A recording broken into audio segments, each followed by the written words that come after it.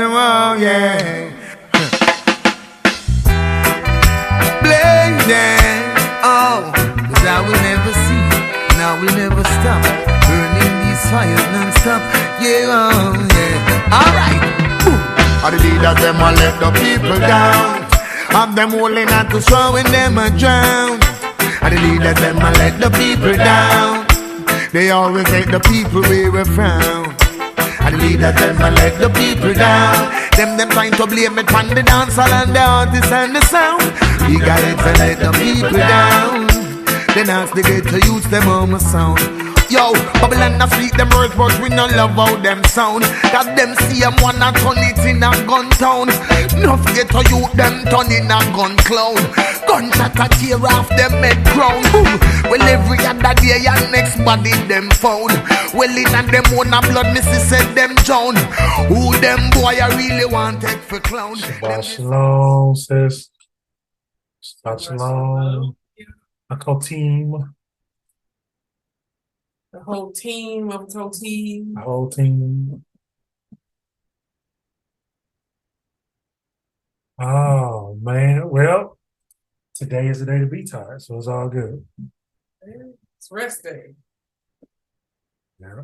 Recuperation. The one day where you can rest without feeling guilty. I don't know if anybody else, but like even if I like take a nap during the week, I feel so guilty because it's like 100 things to do.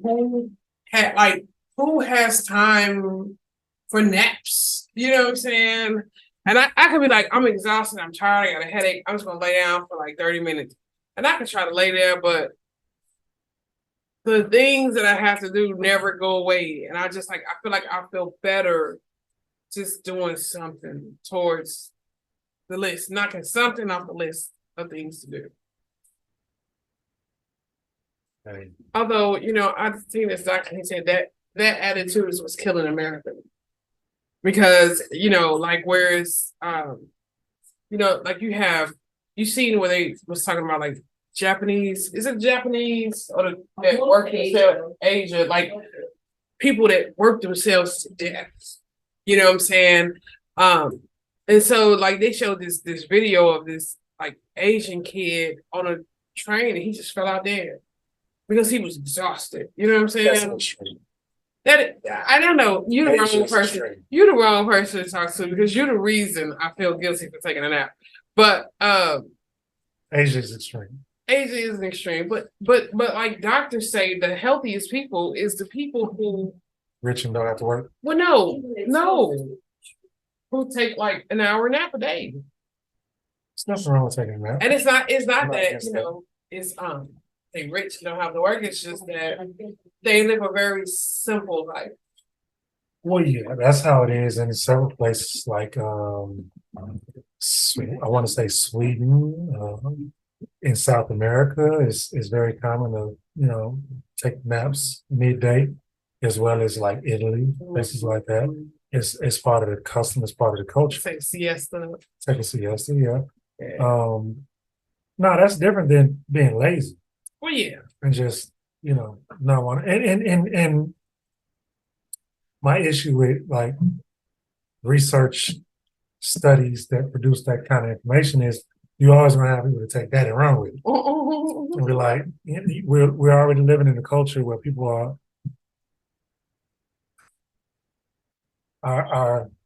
we're diluted as a species. We're not as strong as we used to be, healthy as we used to be, virile as we used to be, some of us. We're not as formidable as humans as we used to be. Y'all think about people talking about their fathers and grandfathers and great-grandfathers and grandmothers likewise and saying they was hard individuals and tough individuals and larger individuals, like you were saying last week. And studies like that give people that are looking for a reason to give up already just what they need. And that's why we died early. What makes you tell you something? Because our grandmom and them, you know what I'm saying, and therefore, they didn't live to the ripe old ages of 90 and because Abraham is? Well, not Abraham and them, but I'm just saying like when they Dr. Joy was talking about how most slaves was worked to death. Like that was their initial end, to be worked to death. That was the likelihood, that was the projective. Right. Literally to death. To death. Yeah. You know what I'm saying? And so, Shalom, everybody coming in. My grandmother's parents would have, they wouldn't live into like 70 or 80, you know what I'm saying? Because they was tired, they was learning something. And your mentality, you kind of old school that way. And like, you believe, and when I first met him, I thought it was attractive. Now it's just exhausting. My husband mentality when I first met him was like, you can rest when you're dead. You remember that was your motto? It's not literal. It's hyperbole. Again, it's hyperbole, but you understand what I mean. There's only so many hours in a day. If you want to get it done, you gotta get it done. The body, the body and your natural system, the circadian sleep mechanism is set up for you to sleep a certain hours a day, to rejuvenate, and to be up a certain amount of hours a day. Kind of goes in tandem with the rising of the sun and the setting of the sun. So as the sun's getting ready to come up, it's time for you to be up and doing stuff. So do you believe when the light is too low for you to do stuff before there was artificial light and stuff like that, it's time for you to go ahead and get ready to rest and relax. Do you believe that the American standard 8 hours a day of sleep recommendation is too much? That's bull. I can't sleep 8 hours. Can you give me a 7 in a room if you can sleep 8 hours? 7. I could. I'm just curious. I could. If my husband you can sleep 8 hours? Who he was. Anybody else can actually sleep 8 hours if you try? Yes. You can? Okay. My husband, he believes, and my uncle like that too. He believes that the recommendation of 8 hours sleep is crap. He believes that people only need 4 hours of sleep a night. I can't sleep 8 hours. My body, and this is partially due to just my work history, and so I know that's extreme. I will agree. At around 6 hours, I'm becoming restless. So yeah, about 6 hours. And if I got stuff to do, 4 hours. 4 hours. That's all I need. Mm-hmm. In a crunch, I can go with none. But if I absolutely need, like if it's been, if you're in 1 weeks or something like that, and I need to get some, give me at least 2. But with 4, I can roll. I can recharge and do anything on 4. Go to Latasha. No, I was going to say I can do about, if I go to bed at 9, I have to be up at least by 3:30, 4 o'clock in the morning. So that's about 6.5, 7 hours. That's me every evening. But I think I was trained that way from my grandma. She's like, slow-mo. At the rising of the sun, there's no reason for you to be asleep. Mm-hmm. She don't get it. Mm-hmm. She be up. Sometimes she call me. I'm like, why are you up? You're 84 years old. Why are you up? Go to bed. So it didn't kill her. It didn't kill her early. She was 84, huh? Well, well, I mean, you have that aspect. You know what I'm saying? You have the specialist, the health specialist, the specialist. Now I say specialist. Right. I was going to say specialist in what? But you have them recommending more care for ourselves. So is this a thing in which it's all a part of the whole about me mentality that's coming across the world, or living your best life, living for you and you alone? I think so. And I won't say definitely, but I think it's part of the, if you give people to what they used to say in the 60s, turn on, tune in, drop out. Mm-hmm. If you give people to dumb down, be susceptible to all of their frivolous imaginations, all of their gluttonies, all of their secret desires, and sit back and become overweight and inactive, you don't have resistance to what you're doing. So like, I got a plan, I'm moving over here, and I need the masses to just accept what I'm doing. So we're gonna distract them. We're gonna give them everything that they desire. In the documentary we're gonna watch later, it's like find out what they want, and all of this stuff that is no good for you is damn near free. That's true. Damn near free. Take it. You can have all that. Just stay busy while we keep doing what we're doing over here. Don't pay us no attention. Focus. Oh yeah, you need some more self-care. Yeah, because she said, calm down and just relax. Yeah, she said she believes society is training us to be lazy because some of the things that we do now, she couldn't fathom doing when she was younger. She couldn't. Like if you knew as a child you're supposed to go to school, you go to school these certain hours, then you come home. You're supposed to help with housework. You're supposed to do this. You're supposed to do that, and then in the evening you rest. They might sit down as a family, watch a movie or show or something, and it was bedtime. But it wasn't, and then the day wasn't always the same because you never know in a day what can happen. But she said just the simple fact that everybody like, oh, I think I'm gonna just work from home for 5 hours, and then you got a whole like 19 hours to do nothing. She said, what are you doing with those 19 hours? She said they training us, society training us to be lazy, even with because I think one time we were up and we were planning something, and I was like, okay, Grandma, we've been up for like 30 hours. I'm tired. Oh, how can you be tired? I'm older than you. Yeah, well, that's not my problem. I'm going to bed. I think it's going on 2 hours. It's enough. Enough is enough. Yeah. I was done. I believe that, but also go ahead, sis. No, I was just gonna say society is training us to be lazy, and then like you said, everything in society today is a distraction. And she always tell like now she retired and stuff like that, and she tends to her garden and stuff all the time. Which Rib, I show Koti Gabor and Koti Gilead her garden on the FaceTime thing. And she's Koti Gabor said she wants me to cut some of the vines off and melt them to her. I said, I don't even know how to do that. But I asked my grandma to do it. Cut some of her vines down to replant them. But yeah, she's that garden.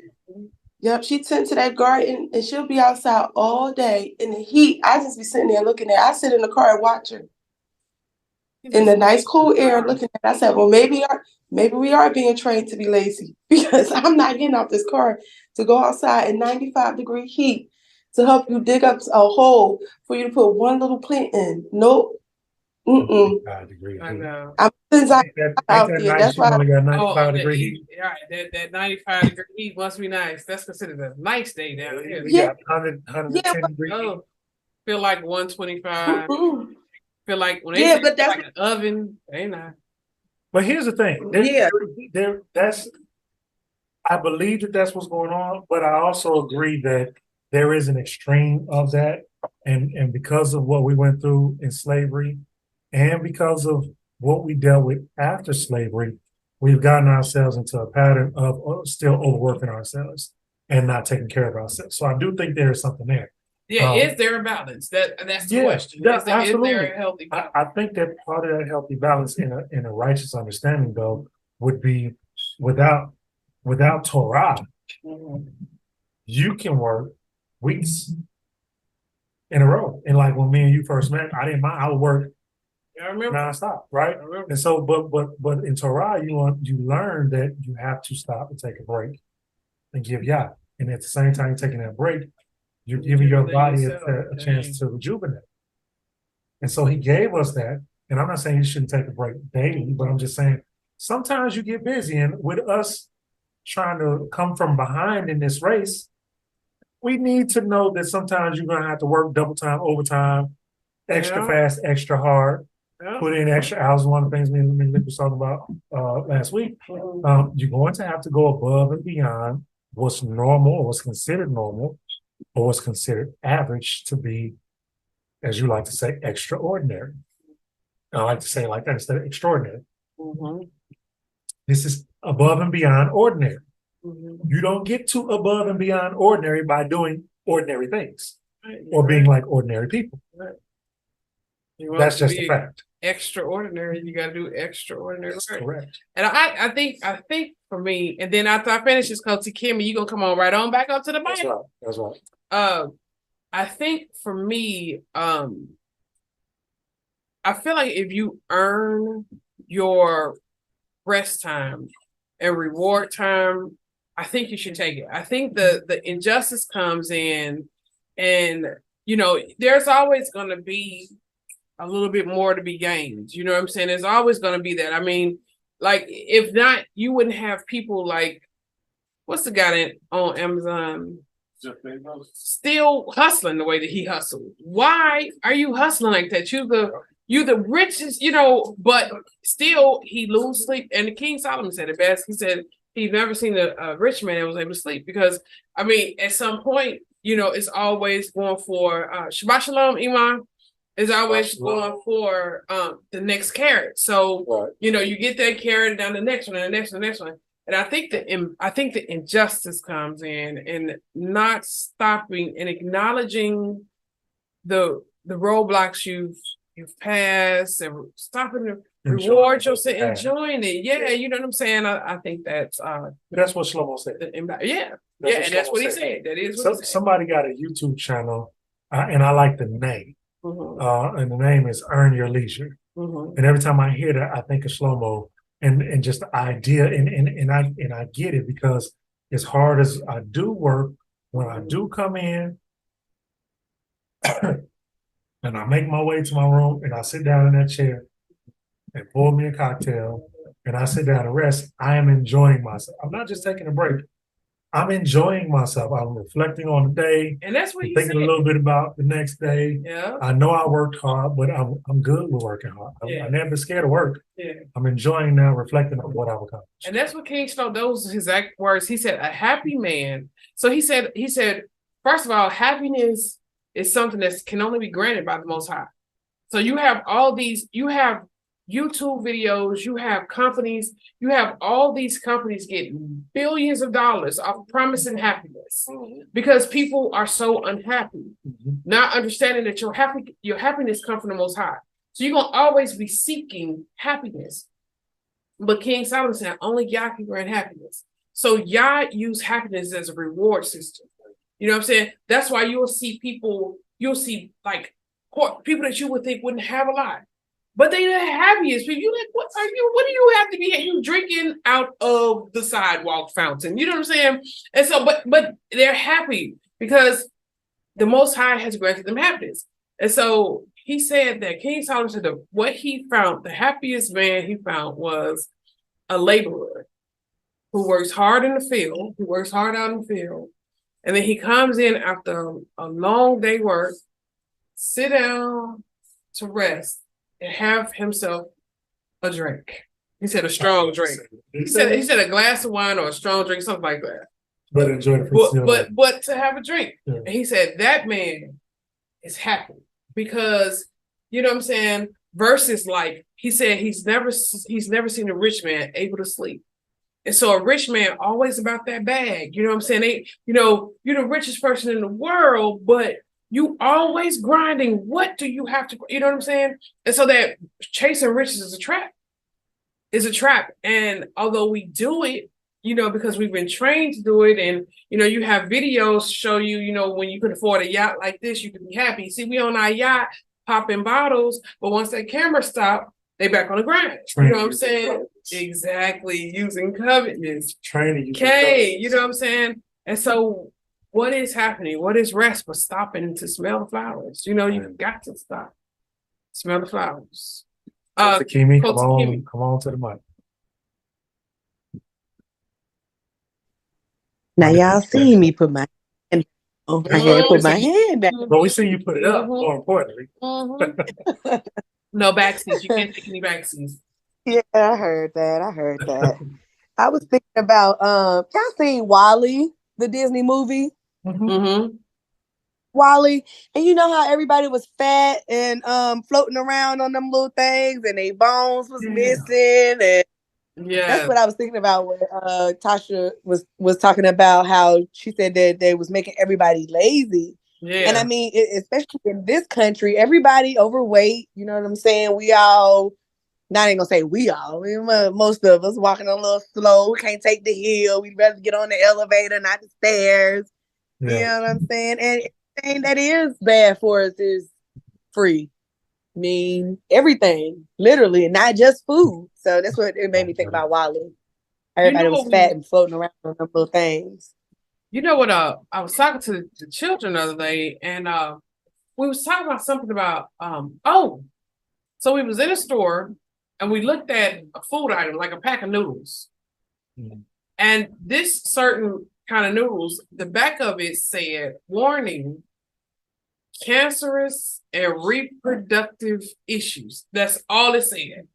It didn't say can cause cancer and reproductive issues. It just said warning, cancer and reproductive issues. Okay.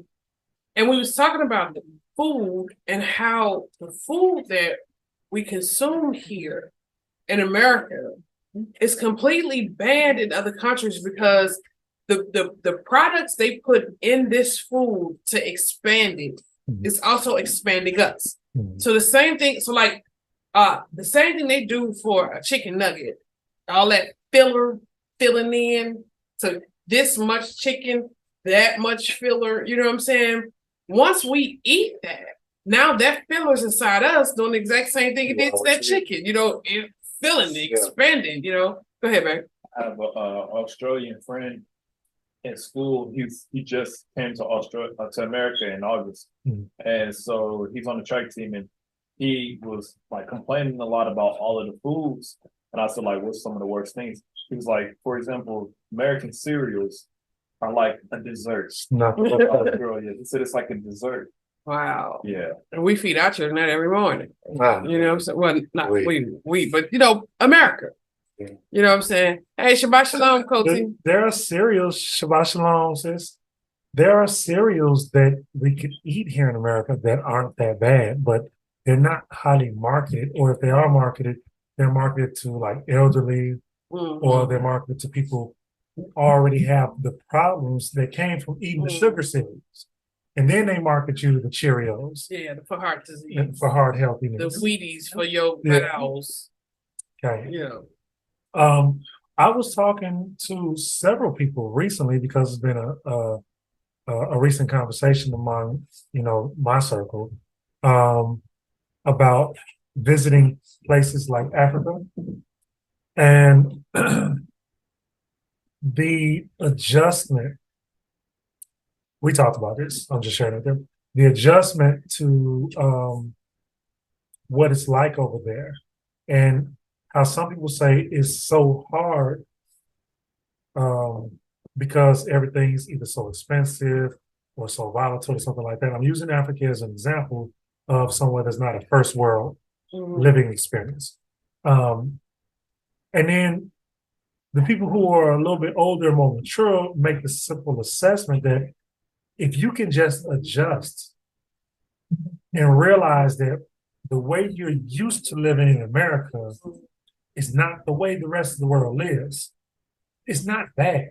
So when people are presenting the image to you of what it's like to go over there and to stay for some time to one of these places, it's presenting like, oh man, but when you get over there, you know, it's rolling blackouts, ain't no air conditioning, you ain't gonna deal with no air conditioning. Not even just Africa, some places in Europe. You know what I'm saying? It's not central air. It's fine with them. We've been conditioned in our first world living experience. We got a whole. So you said you had to go to the well.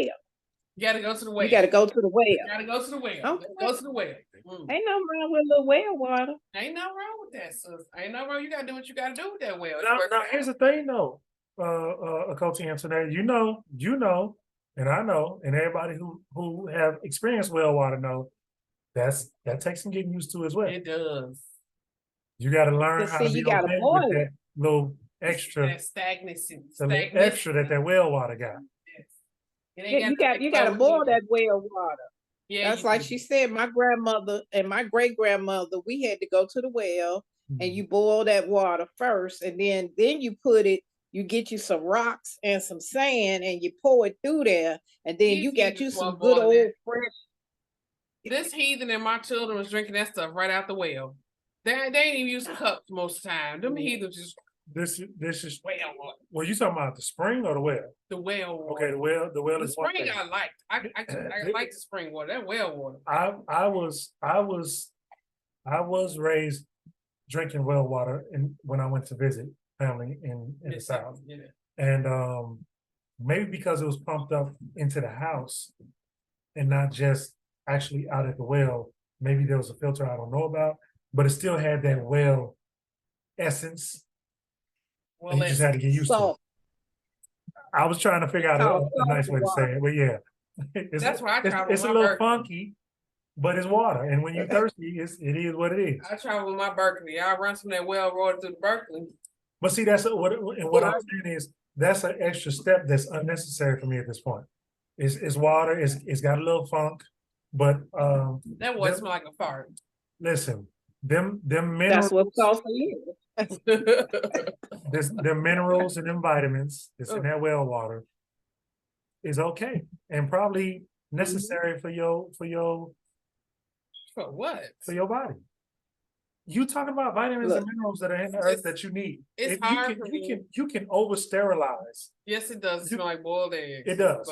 That's exactly what it smells like. But you can over sterilize things that you put into your system. Oh, yeah, and I know the water. We drink water with no substance in it. Yeah, and what's no? It's even worse. You drink water. Well, I don't know about you, but I drink water with chlorine in it. Right. I would say they put in chlorine no substance. In the water. Chlorine, because chlorine kills everything. That's right. Chlorine kills everything good. My grandmother lived in Eagleville, Tennessee. The name right there lets you know. Okay, Eagleville, Tennessee.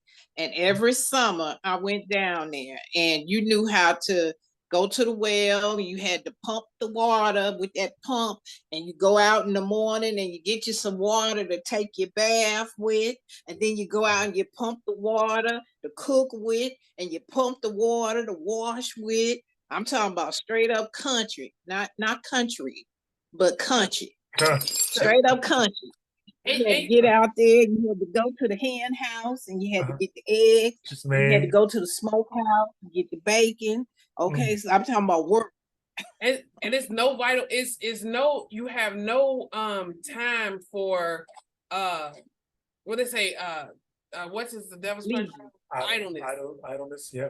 When you live like that, it's no time for idleness, because it's like you wake up in the morning, it's a process to even get bathed and get ready to go to be a part of the world. That's right. And then once you get a part of the world, another process to get food prepared. Well, that's the other beautiful thing about that is like you had in those days a better understanding of what food is and where food came from. And so you could respect the work that it took to get the food to the table, and therefore you was less likely to overindulge because you understood, okay, this is what we got for today. But we had to work to get this. I'm not gonna overeat this because we need to have some for tomorrow and for next week. Some run over. And I'm gonna tell you one of the things I will say. Nobody had time to be idle. The kids had a job. Everybody got something to do. Everybody could do something. My job was to go get the eggs out the hen house in the morning, so she could make the bread and everything. And my cousins, the boys, went to the smokehouse because it might be some animals or something in there, so they had to go. You got to check it. Yeah, that's beautiful. And everybody learned how to shoot a shotgun at the age of 5. I told it's funny you said that because when I went down south, one of the things that was common back then, and I'm sure y'all that's our age and older are familiar with this, especially in the South, is there was shotguns hanging on just about every wall of every room in the house, loaded. And nobody was worried that a child was going to shoot themselves or nothing like that because everybody understood what it was and respected the catastrophic potential of it and all of that. That was something. I forgot my other point I was going to say. I think that is. I about to say hanging over interest door, right over top of the entrance Yeah. door or on the side. Every room had a shotgun in a pickup truck and granddad's pickup truck behind you know what I'm saying? Over the front of you. I mean, you hear cases of where children, you know, do get into their parents, but I think it's a thing in which, you know, not to give too much information on YouTube, but like my children came up being taught like how to use, you know, certain things and how to prepare it and how to, you know, what it do, you know, and what is the potential damage this can you know, cause? they take, you know, they aim, they taught to aim and taught to, you know, hit what you aiming for. You know what I'm saying? So it's like I think it's a thing in which when they grow up and it's a part of your education, you know what I'm saying, versus like, oh, I ain't never seen this before. What's this? I mean, you see it on the movies. It's just like you or movies and video games for education. Yeah. Right. You know what I'm saying? And you don't have any real-time experience with that jerk, that pop, that bang, you know what I'm saying? It's a difference with having that hands-on experience and feeling, you know, under guidance, feeling the power of the weapon versus like your only was watching a movie or you know what I'm saying. I think that's when the mistakes happen. Video games are the worst because it's always it is surprising. Come back. The movie makes it seem like there's no like you just shoot it and nothing happens. But there's no when you're handling a real gun, that kickback is quite surprising. Yeah, it is. And even the noise, the loudness of it, you know, right there by your ear, the pop, you know, experience that. So all my children have experienced that, you know what I'm saying? So they know you know what they dealing with. And then we learned how to can. The women folk, as you say, we learned how to can. We learned how to preserve the food. What you had to do in order to survive. I mean, you know, you knew that you could shell peas and how to can so that over the winter, because you didn't have food, so you had to know how to do that, how to make food to last you over the winter. When to look at a can and know that it wasn't good. Yep. Right. How you know botulism? If the thing is raised, then that means it's bad. You got to throw that away. What's good, what's bad.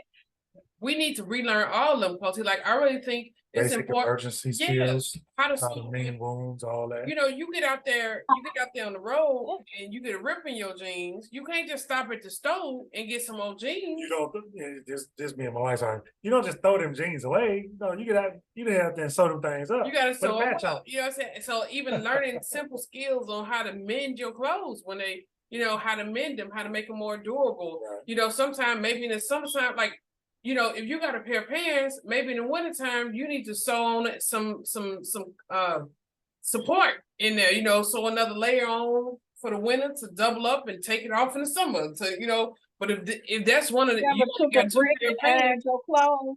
Yeah, you know, you only got two pair of pants. Your clothes. You gotta know how to take care of it. You ain't had no iron, so you had to take that brick and heat it up and iron your clothes. Hey, wow. But you gotta spray it down. You gotta spray it down with water first, so the water help the steam. So then you take the brick and you iron it down. Okay. And then You know what though? you spray it with water, and then iron it down with a brick, and it knocks it right out. You know what y'all just took me back to though? Because I actually remember using it once or twice. Right. That iron. Oh, the metal iron. Like it was iron. Yeah. It was like iron with a handle. You set it on the stove and it get hot. You spray it like you just said. You spray your clothes down. Take that iron off that stove, put it back on the stove to heat back up. Just like that old fashioned pressing cone. Who remember the pressing cone? Old fashioned pressing cone. When it's time to get down here, right here, and they get to be still. Now you got to be very still right here for this one. I get up in the kitchen. Man, where everybody got burnt at. Yeah, everybody got burnt at. Who didn't have that cone? And then you didn't get burnt. It's a little heat. Stop complaining. You ain't get burnt. That's a little heat. Don't feel that heat and jump. Don't jump. Woo! Don't jump. Don't catch one. You burnt yourself because you jumped. You shouldn't have jumped. Yep. Like y'all go out and buy oil. You better save that grease. That grease go about 4, 5, 6 times. That grease still good, girl. You go to school smelling like go to school smelling like fish. Like your grandparents just fried some fish. I'm mad. No. I just realized Y'all old. I'm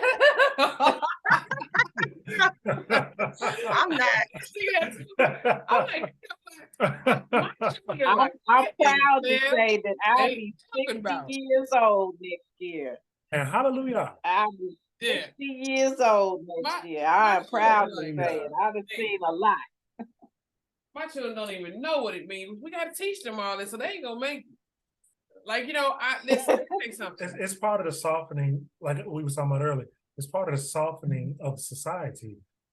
People are getting so soft and comfortable that when it comes time to get out and do things that require some physical effort, some physical work, some figuring it out, you know, you got people that's like, oh, what I'm gonna do? They like, I remember it used to be a thing to us. Like, we used to know, like, there was a certain demographic of people who kind of cracked under pressure. You know, the stock market crash, you hear certain things happening, you know, that was the end of their world to go from being a millionaire to, say, a thousandaire, you know.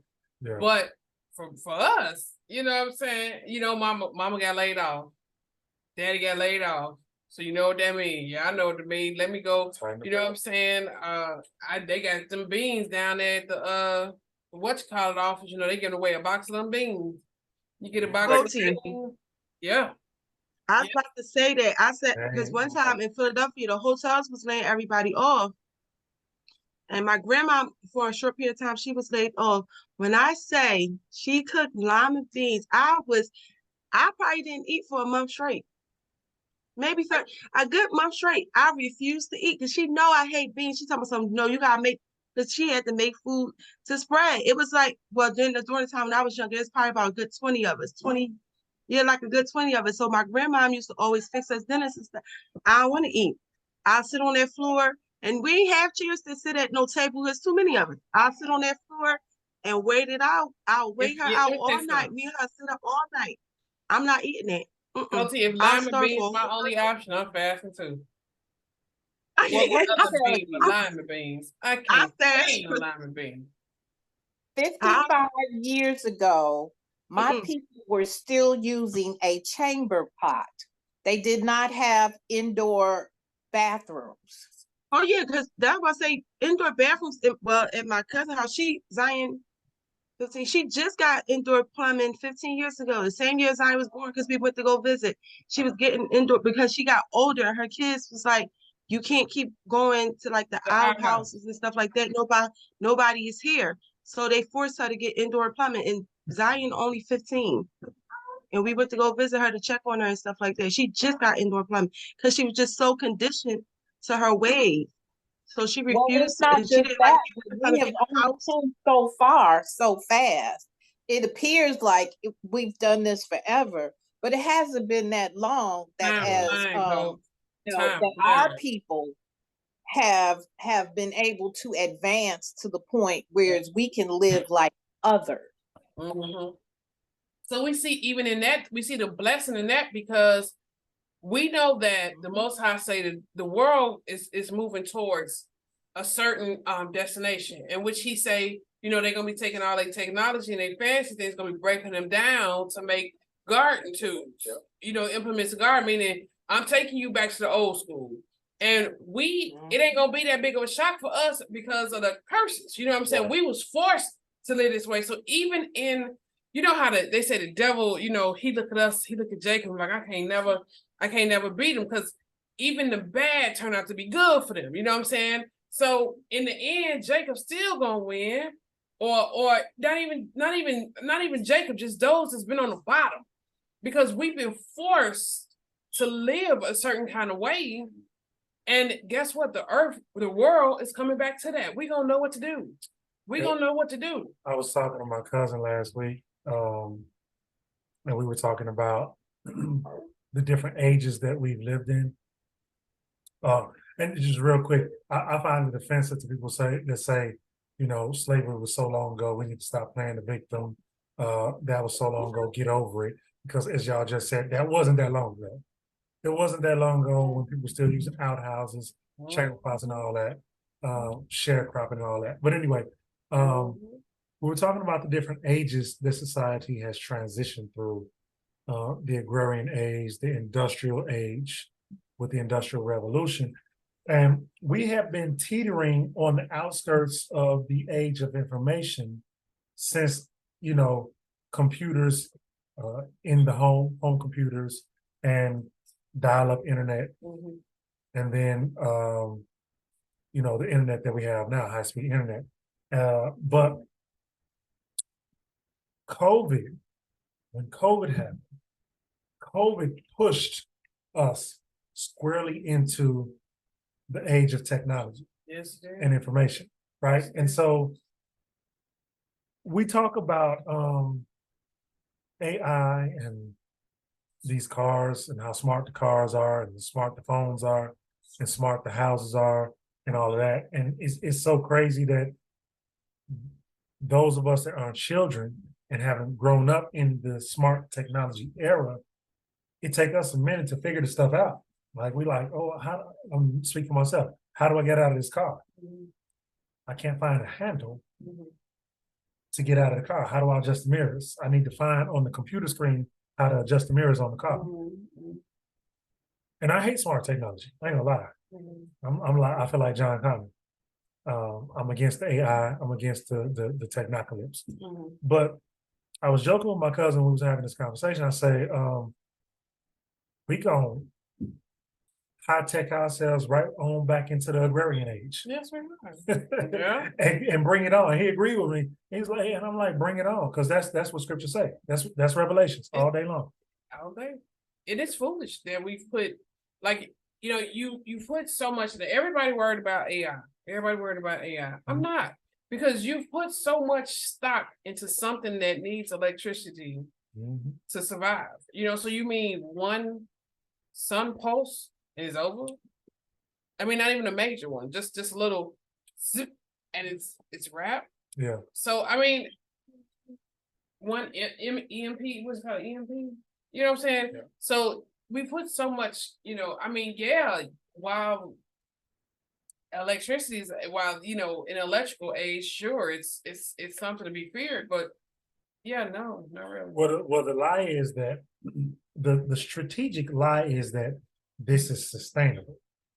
And so we're doing this because this is sustainable, and this is going to help us align ourselves with the earth and our natural resources, so that we're not abusing it, and so that we can extend the livelihood of earth and our natural resources. Y'all watch the documentary I posted in the Facebook group. That's the one you say? Yeah, but it's all propaganda. It's all propaganda to create a bastardized version of what Yah said is going to happen. You got people out here pushing for this idea of something beyond human life, transhumanism, right? You got people out here pushing for this idea of global population being a problem. We need to control the population. Okay.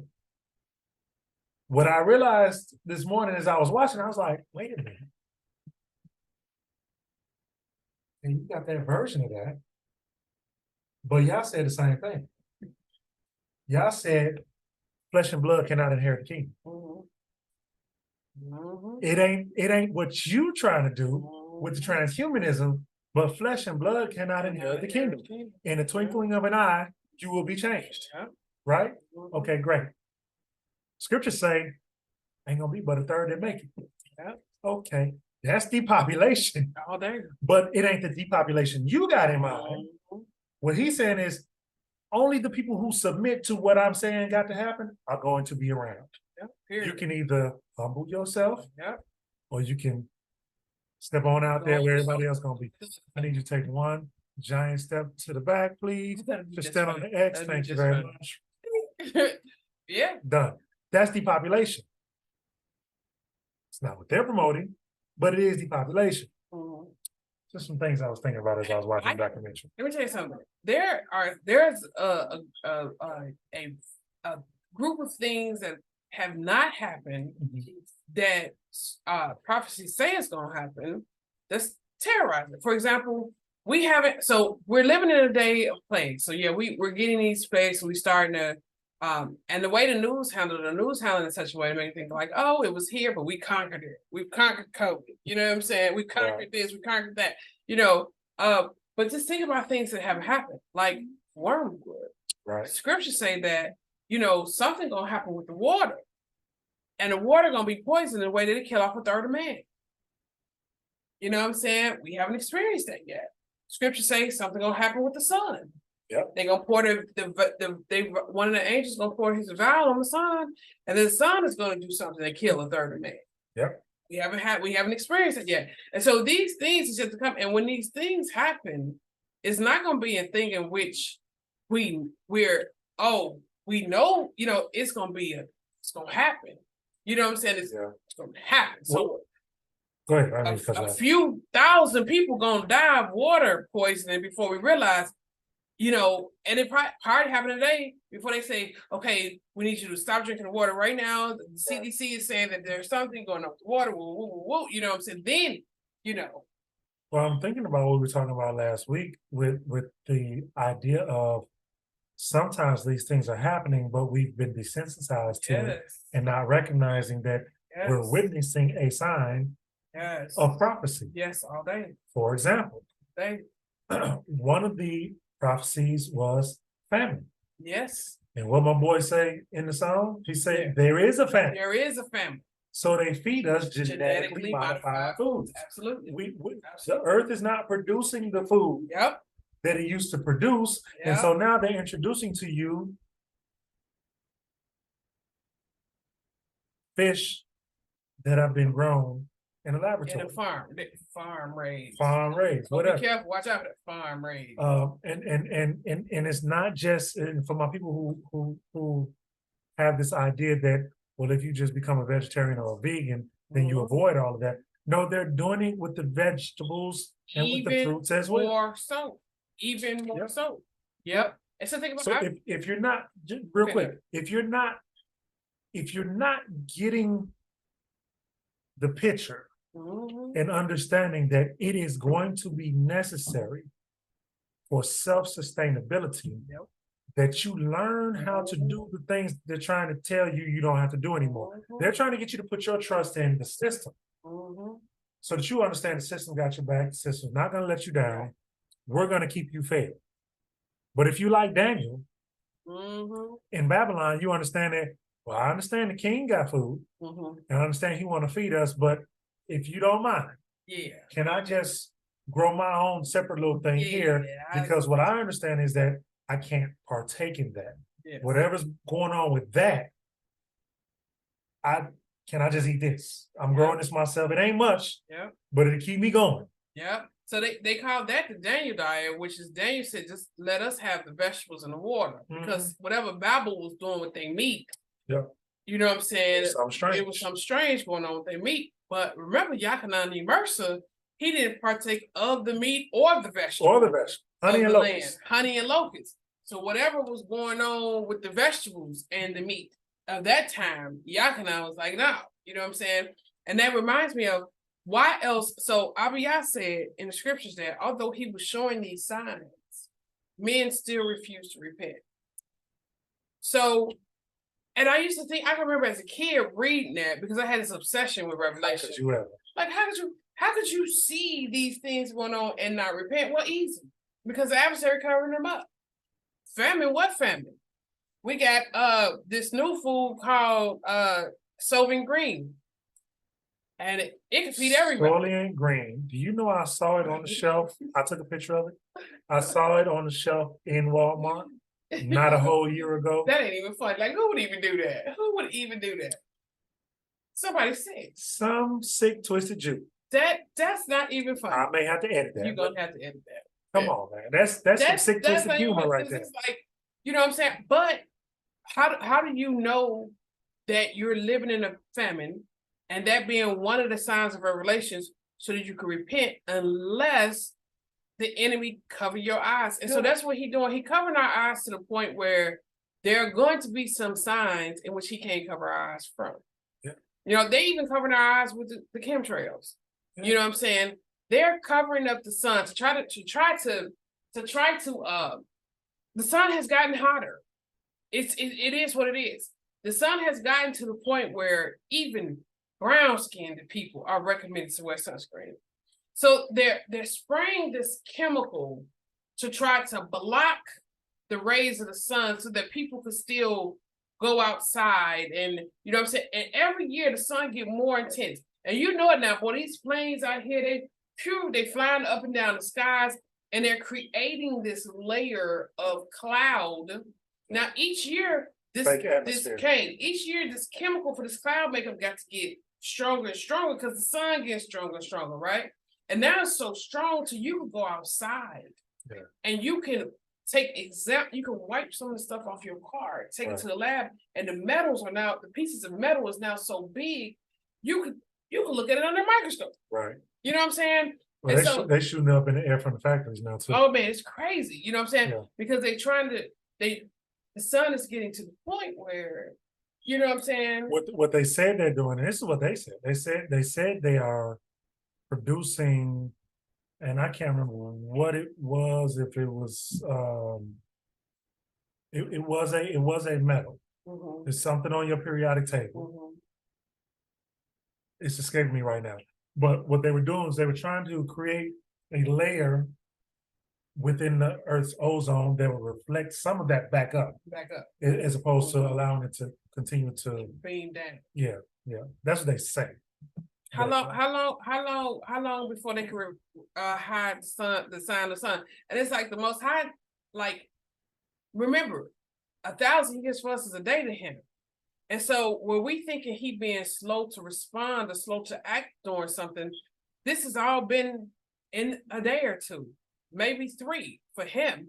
You know what I'm saying? And so it's like, how long before, your little tricks, your little Simon the Magician tricks don't work no more. You know what I'm saying? But then notice in Revelations, it changed from certain signs he showed that refused to repent out of anger because they said he doing this to us. I think the sun sign was one of them. Shaking their fists. Shaking their nose. Like making their mouth wide. He doing this to us. Yeah. He doing this to. That's when this is just a theory. That's when they're gonna start blaming the bruise. That's when the persecution comes. Like, it's your fault that's happening to us. I would not disagree. Okoti, Internet, I'm scared of that plant-based stuff too. Mm. The Beyond Revolution. Yeah. And I'm not saying I haven't eaten it. I've tried. Because the Beyond chicken nuggets is good to me. I'm not even gonna lie. I prefer them over regular chicken nuggets. I'm scared of it. I don't know, especially when I saw that legitimate news article that there is a company that has started experimenting with adding mammoth DNA. Dinosaur meat. It was mammoth DNA and mammoth blood to the plant-based meat in order to give it a meatier texture, taste, and all that. Mammoth? Doesn't that make it not plant-based? Exactly. I seen y'all heard about the TikTok going around? I don't know if it's true or not. Of the Chinese lab that just hatched dragon egglings. Not surprised. They showed the footage looked like some footage that somebody was taping that wasn't supposed to be taping.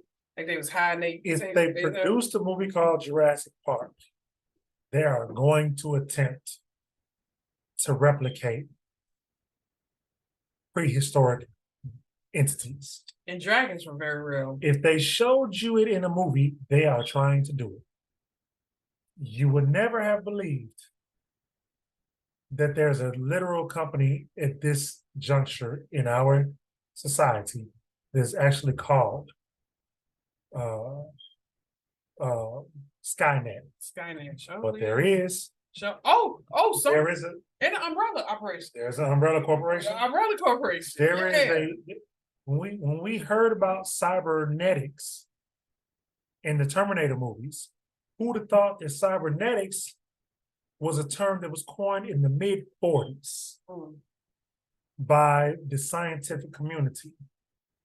It's a term that was coined in the mid-40s. By the time they came out with Terminator, they weren't telling you something that somebody came up in their imagination. This is something that was already a goal.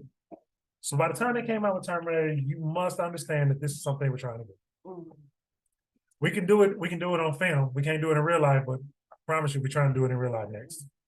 Is what they're telling you. Somebody took a picture of, I see that. They were driving down the street and there was this tanker-like car with the Umbrella Corporation logo and everything on it. Driving down the car, so it's like, so I saw this on Expressway today. What? Are you serious? Is that what we doing? Like they call these authors that write these pieces, they call them the prophets of science fiction. Because they write these pieces and then some fan or nerd, I don't want to say nerd, but some enthusiastic engineer. Well, creative. A lot of times the author has a direct tie to the scientific community. It's true. Or they are part of the scientific people community. write what they know. The guy who wrote Once Flew Over the Cuckoo's Nest had a direct tie to the experiments being done with LSD in the 60s. Yeah. Directly tied to social mind control, social engineering, and experimentation. I think about that in the movie Rain of Fire. Do you remember that? It's still one of my favorite movies. So people will think like, could something like Rain of Fire happen? If y'all remember, Rain of Fire is the movie about the dragon. This dragon woke up after being asleep for. Well, first of all, they was digging down there where he was asleep, so they woke him up. So they released this dragon. They end up digging so deep in this mining company where they released a dragon. They probably said they was mining for oil or something and knew. And the heads of the company knew what they was actually mining for. Yeah, you know what I'm saying? And so this dragon ended up flying out, completely taking over the world. It was this mother dragon. And she was so powerful that, you know, even though they tried to nuke it and they tried these cities tried these different things and everything, they couldn't do nothing with her. And she ended up like having babies and things like that or whatever have you. But it's scorched earth. It's changed to complete. So you had this movie take place in this like apocalyptic scene in which people were surviving while living with these dragons, you know. And I think about that scripture that said they had a key to the pit, the deep. Abaddon. And they had a king over them. And their job was they flew up and tortured men. Said they bodies. That's a plague. All day. That's a plague. And they sound like they described some form of dragon or some, you know what I'm saying? But I don't know. Right. Anyway, I guess we gotta start reading some point. It's almost 4 o'clock. We need to start reading it. Let's do it. Oh my goodness. Let's do it. That means we're gonna have to go and read through so we can meet our 4 o'clock deadline. All right, so we are in the book of 1 Samuel, picking up at chapter 10, is that correct? 10, 11, 12? Who's starting our reading today? Oh, whoever, baby, your pick. House choice. Is that what you're doing today? House choice. Who read last? Who began last? I think I did. Okay. We'll go with that. I think I began last. Okay. 1 Samuel chapter 10. Okay. All right, here we go. And Samuel took a flask of oil and poured it on his head and kissed him and said, "It is not because YAHUSHUA has anointed you leader over his inheritance. It is not because YAHUSHUA has anointed you leader over his inheritance. When you leave me today, you shall find 2 men by Rahel burial place in the border of Benjamin at Zelstha, and they shall say to you, the donkeys which you went to look for have been found. And see, your father has left the matters of the donkeys and is worried about you, saying, what shall I do for my son?" Also saying, so for people who are just joining us. Recap. Yeah, just real quick. So when we left off reading, we were dealing with Israel, the nation, requesting a king. And they said they wanted a king like the other nations, right? And so Abiyah told him, I will give you a king, a physical human king like the other nations. And he told Samuel, don't be alarmed. It's not you they rejected. They rejected me. But when I give you this king, understand that you're not going to be happy. And so he told Samuel to go and find this individual that was going to be king out of the tribe of Benjamin. And it happened to be King Saul, written Shaul, just like Paul's Hebrew name in the so-called New Testament. Keep in mind, Samuel already got feelings about this. Right. Because he was offended because he was ruling over the people, and the Bruce. He was a governor. He was a judge. Yes. Yeah, and the Bruce asked for a king. Okay. So Samuel got upset before Abiyah got upset. Okay. So this is King Saul that Samuel is anointed. Is dealing with reluctantly. So he says, the donkeys, okay, which your father worrying about you, saying, what shall I do for my son? And you shall pass on from there and beyond, and shall come to the Terebinth tree of Tabor. And 3 men going up to Elohim at Bethel shall find you there, one bearing 3 young goats, another bearing 3 loaves of bread, and another bearing a skin of wine. And they shall greet you and give you 2 loaves of bread, which you shall accept accept from their hand. After that, go to the hill of Elohim, where the Philistines' watch post is. And it shall be, when you have come there to the city, that you shall meet a group of prophets coming down from the high place, which a string is with a stringed instrument, and a tambourine, and a flute, and a lyre before them, and they are prophesying. And the spirit of Yahuwah shall come upon you, and you shall prophesy with them, and be turned into another man. So I mean, that's saying something right there. First of all, it's a lot of pomp and circumstance, but these are the things that God is putting him through in order to ordain him. He has been anointed with the literal oil, which is a mirror image of the anointing of the Ruach, right? So, and I always say this: go back and understand science and conductors and conduits. And so this was a physical thing for those that Yah was going to anoint with the Ruach. This is saying something about King Saul, though. King Saul wasn't a bad guy to begin with. And then here it says, when you get the Ruach, you're going to be turned into a different man. Problem is the Ruach don't stay with it. And you got to be able to hold it up when the Ruach, because the Ruach can't, well, it did with the Messiah, but for most of us, the Ruach can't stay. All of us except Messiah. Yeah, you know what I'm saying? And so you need to be able to keep going, even though it don't feel like Yah's constantly there with you. Yeah. You know, sometimes you feel like, where are you? Daniel used to write about it all. I mean, David used to write about it all the time. Like, you know, when you go on your hiatus from me, you know, I stray. I do, you know what I'm saying? I need help. I need help. Yeah. Help me to stay, because y'all know. The enemy's not prevail against. Sometimes you in the word, and sometimes you just, your fingertips heated up, everything. You just feel, you know what I'm saying, God's presence with you. You know what I'm saying? The words coming out your mouth, fire, you got the chills, you do, you know. Recall the scriptures you're trying to recall. You know what I'm saying? It's fire. But then sometimes you're like, I'm just out here. I don't feel, you know what I'm saying? Let me give you another way to think about that too. And I just thought about this as we were saying it. What do you do during the absence of the actual Ruach being present with you? How do you continue to fight and operate as a servant in and among the world with all the temptations and distractions of the world? I'm thinking about it now, and it's really very similar to what you do when you are in fellowship, right?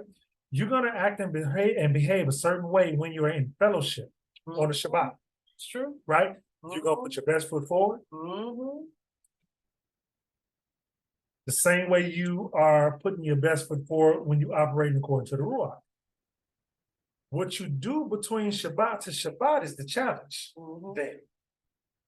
And it's a really interesting thing if we kind of mirror those, because it's like that's practice for operating when the Ruach ain't with you. When you're just dealing with what you know to be true and what you know to be fact and what you know to be righteous, can you keep it together during a 6-day period spanning from Shabbat to Shabbat? Can you keep it together from the period when the Ruach is visiting you and the next time it visits you? Yeah, I feel guilty because one of the things, like, and that's really important. Like, can you be like you be in fellowship when you're in fellowship? So Exactly. you know, we in fellowship, we listen to the part music. You know, we you know what I'm saying. And come Monday, I got the gangster music back home. You know what I'm saying? I'm back in the you know, shoot up the door, kick in the folk, you know what I'm saying? Yeah, you know what I'm saying? I don't know what's wrong. You know what I'm saying? And I'm just like, you know, no way am I bumping this in the fellowship. No. You know what I'm saying? No way am I. We're opening up the studying videos with Biggie Smalls and all that. You know what I'm saying? And so it's like, can you get to the point where your day-to-day life resemble the fellowship, like when you're in the fellowship? Right. You know what I'm saying? And I mean, some people are there. Some people like, you know what I'm saying? Way I am in fellowship, and hallelujah, y'all doing real good. Hallelujah. Your this server here is still striving. You know what I'm saying? And it's like, yeah, but that's the goal. That's the goal. That's the goal. That's the goal. And I'm likening the Shabbat to being in fellowship with the Ruach. Yeah. Because that is a fellowship.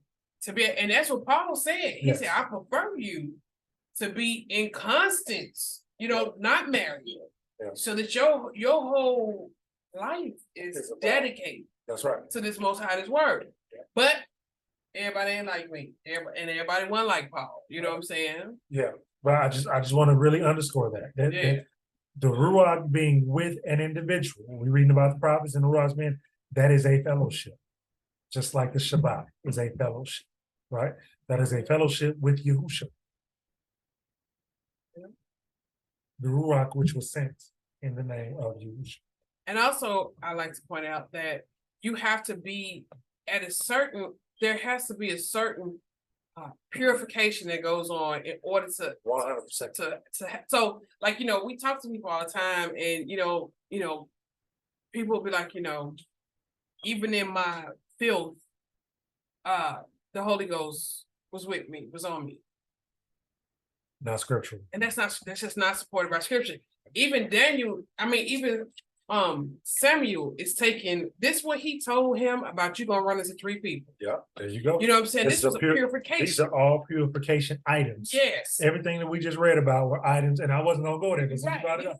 These are all items needed to purify an individual ritually to purify him. And then he said the Ruach was gonna come. Then the Ruach was gonna fall upon you. You know what I'm saying? And so that's he tell us. The Most High gave us the law. The law is to keep us in a constant state of readiness for this. Yes. You know what I'm saying?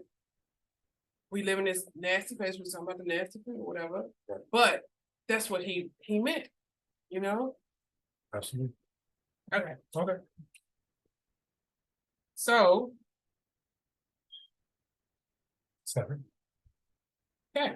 And it shall be when these signs come to you, do for yourself as your hand finds to do, for YAHUSHUA is with you. And you shall go down before me to Gilgal, and see, I am coming down to you to offer an ascending offering and slaughterings of peace of offerings. Wait 7 days till I come to you. Then I shall make known to you what you should do. And it came to be, when he had turned his back to go from Samuel, that YAHUSHUA gave him another heart. And all those signs came on that day. And they came there to the hill and saw a group of prophets to meet him. And the spirit of YAHUSHUA came upon him, and he prophesied in their midst. And it came to be, all who knew him formerly looked and saw that he prophesied amongst the prophets. So the people said to each other, they saw that. What is this that has come upon the son of Kish? Is that Saul? Is Saul also a prophet? And a man there answered and said, and who is their father? That is why it became a proverb is Saul also among the prophets? So that became a saying. And when he stopped prophesying, he went to the high place. And the uncle of Saul asked him and his servant, "Where did you go?" And he said, "To look for the donkeys. And when we saw what that they were nowhere to be found, we went to Samuel." And the uncle of Saul said, "Please inform me what Samuel said to you." And Saul said to his uncle, "He informed us plainly that the donkeys had been found. But he did not disclose to him about the matter of the rain that Samuel had said." And Samuel called the people together in Yahuwah at Mizpah, and said to the children of Israel, "Thus says Yahuwah, the power of Israel. I have brought Israel up out of Mitzrayim, and delivered you from the hand of the Mitzrayites, and from the hand of all the reigns, from those who oppressed you." So remember, Abiyah tell us that one day it's gonna come that he not gonna say this no more. He gonna say, "I brought the children of Israel up out of America and all the lands of the north." Anyway, and today you have rejected your power, who himself saved you out of all your evils and all your distresses. And you have said to him, "No, but set a sovereign over us." And now, present yourselves before Yahuwah by your tribes and by your clans. And Samuel brought near to all the tribes of Israel, and the tribe of Benjamin was taken.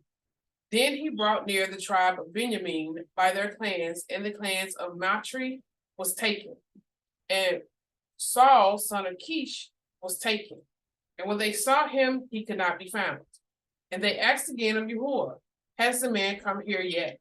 And Yahuwah answered, "See, he has hidden by the baggage." What you say? Reluctant. And they ran and brought him from there, and he stood in the midst of the people, and he was taller than any of them. He didn't even want to do it. He didn't even, because he's like, "Ain't nobody gonna follow me." You know what I'm saying? I'm just, I look good, but you know what I'm saying? And he was taller than any of the people from his shoulders upward. And Samuel said to all the people, "Do you see him whom Yahuwah has chosen, that there is no one like him among all the people?" And all the people shouted and said, "Let the king live." And Samuel declared to the people the rulings of the reign, and wrote it in the book and placed it before Yahuwah. And Samuel sent all the people away, each to his house. And Saul went to his house too, to Gilboa. And with him went brave men whose hearts Yahuwah had touched. But the sons of Belial said, "What? Does this one save us?"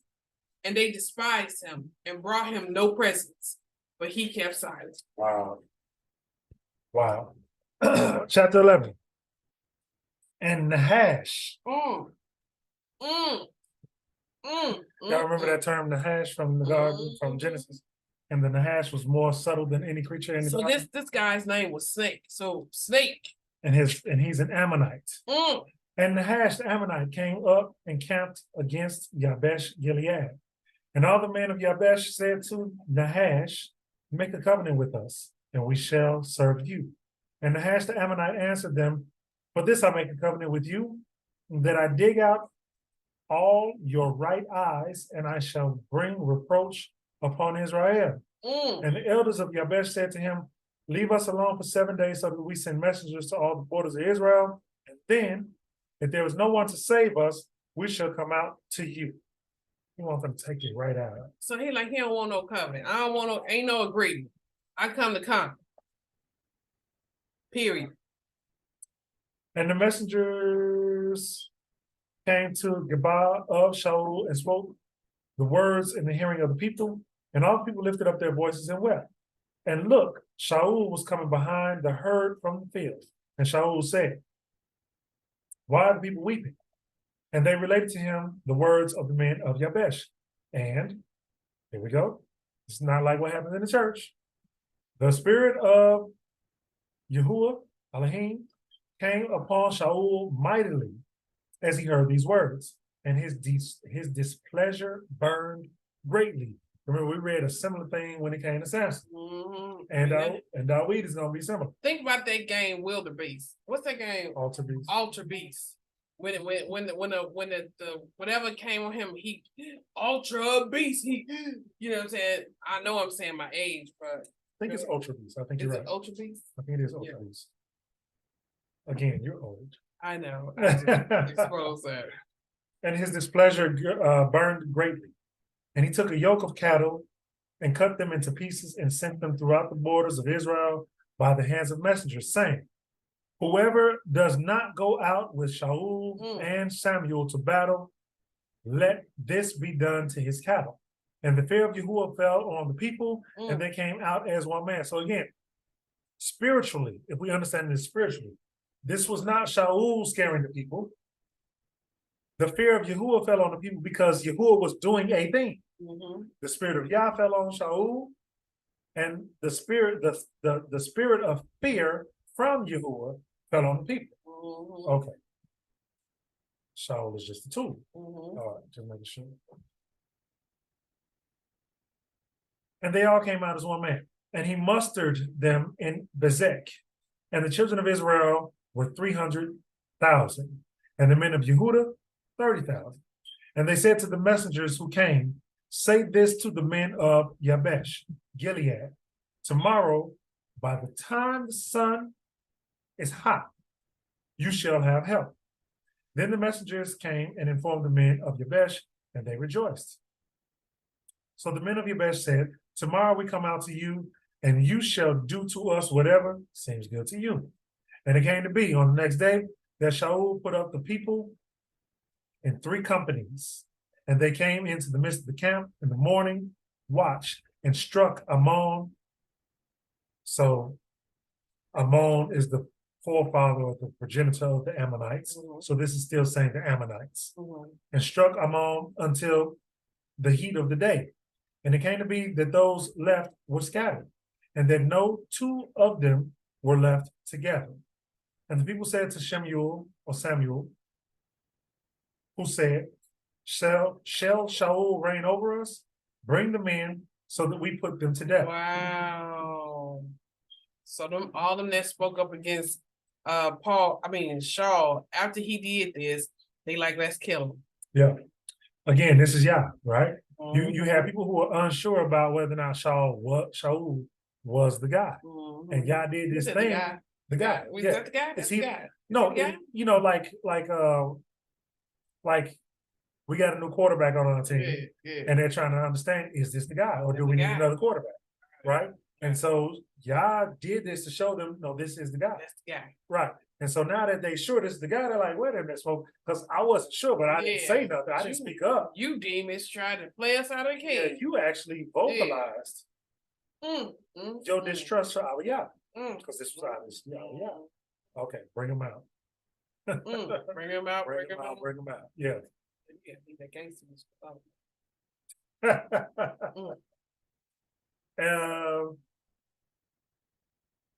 Yeah, bring them in so that we put them to death. 13. But Shaul said, no man is put to death this day, for today Yahuwah has wrought deliverance in Israel. And Samuel said to the people, come, let us go to Gilgal and renew the reign or the kingdom there. And all the people went to Gilgal, and there they set up Shaul to reign before Yahuwah in Gilgal. And there they slaughtered slaughterings of peace offerings before Yahuwah. And there Shaul rejoiced, and all the men of Israel very greatly. So even after all of that, Yahuwah through Shaul extended them mercy, because it was obvious that they could have died, probably should have died, but through Shaul, he said, nah, we're not going to kill them because y'all delivered Israel today. Today is a day for rejoicing, not for mourning. And so it's really important that we really see the nature of Shaul at this point. Sarah say, I'm going to take you here and introduce you to the people. You know, he probably said, wait, no, okay, wait, hold up, wait. What are you going to do? He's going to say, no, don't do it like that. They're not going to, come on, Sammy, they're not going to follow me. Sammy. Right, and Sammy went out there, and he hid behind the thing. And then, and then all the people turned to look, and he stepped out like, hey, you know, real humble. Taller, but still kind of hunched over. Hey. Yeah, you know what I'm saying? So, we're going to watch how his nature change. Metamorphosis. I do 12, you do 13? That's fine. Okay. Yeah. You confused me. I thought you meant 12, Oh, 13. okay. And Samuel said to all of Israel, Uh-huh. look, I have listened to your voice and all that you said to me, and have set a sovereign over you. And now look, the sovereign is walking before you, and I am old and gray, and look, my sons are with you. And I have walked before you from my youth to this day. Look, here I am. Witness against me before Yahuwah and before his anointed, whose ox I have taken, or whose donkey have I taken, or whom have I oppressed, whom have I abused, or from whose hand have I received the bribe with which to blind my eyes? Then I restored to you. And they said, you have not oppressed us or abused us, nor have you taken any bribe from anyone's hands. So he said to them, Yahuwah is witness against you. So Samuel still got feelings. Samuel have, so to show you the nature of Samuel didn't want to do this. He didn't want to anoint Saul. He didn't want to carry out this order, but he didn't question the Most High. The Most High said did it, and he did it. You know what I'm saying? But he got feelings about it. So even though Saul gave him a pass, Shaul gave him a pass, Samuel's like, nah, you still wrong. Yeah. Yeah. You know what I'm saying? So he said to them, Yahuwah is witness against you, and his anointed is witness today, that you have found not in my hand. And they answered, he is witness. And Samuel said to the people, it is Yahuwah who appointed Moses and Aharon, and who brought your fathers up from the land of Mizraim. And now stand still, so that I judge you before Yahuwah concerning all the righteous acts of Yahuwah, which he did to you and your fathers. Yeah.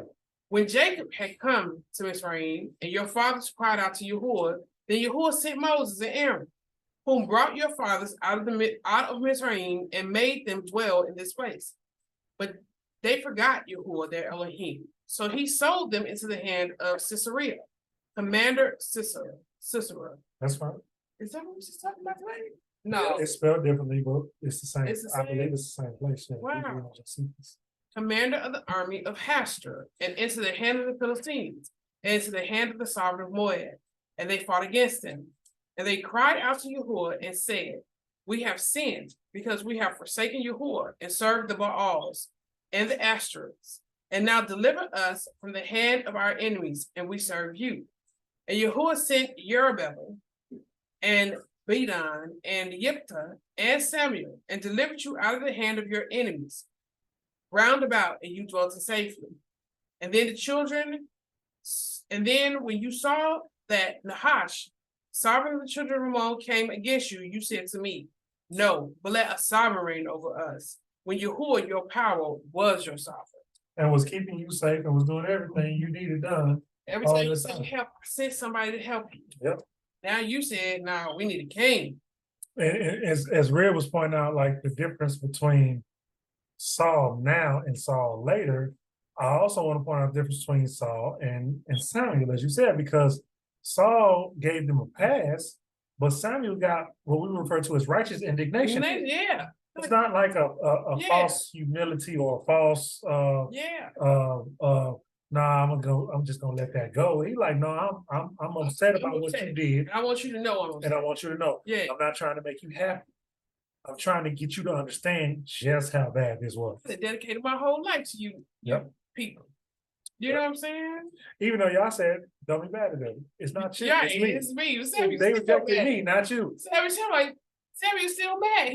But now he's speaking on behalf of what they did against Yah. He said, but you, okay, Yah, I got you.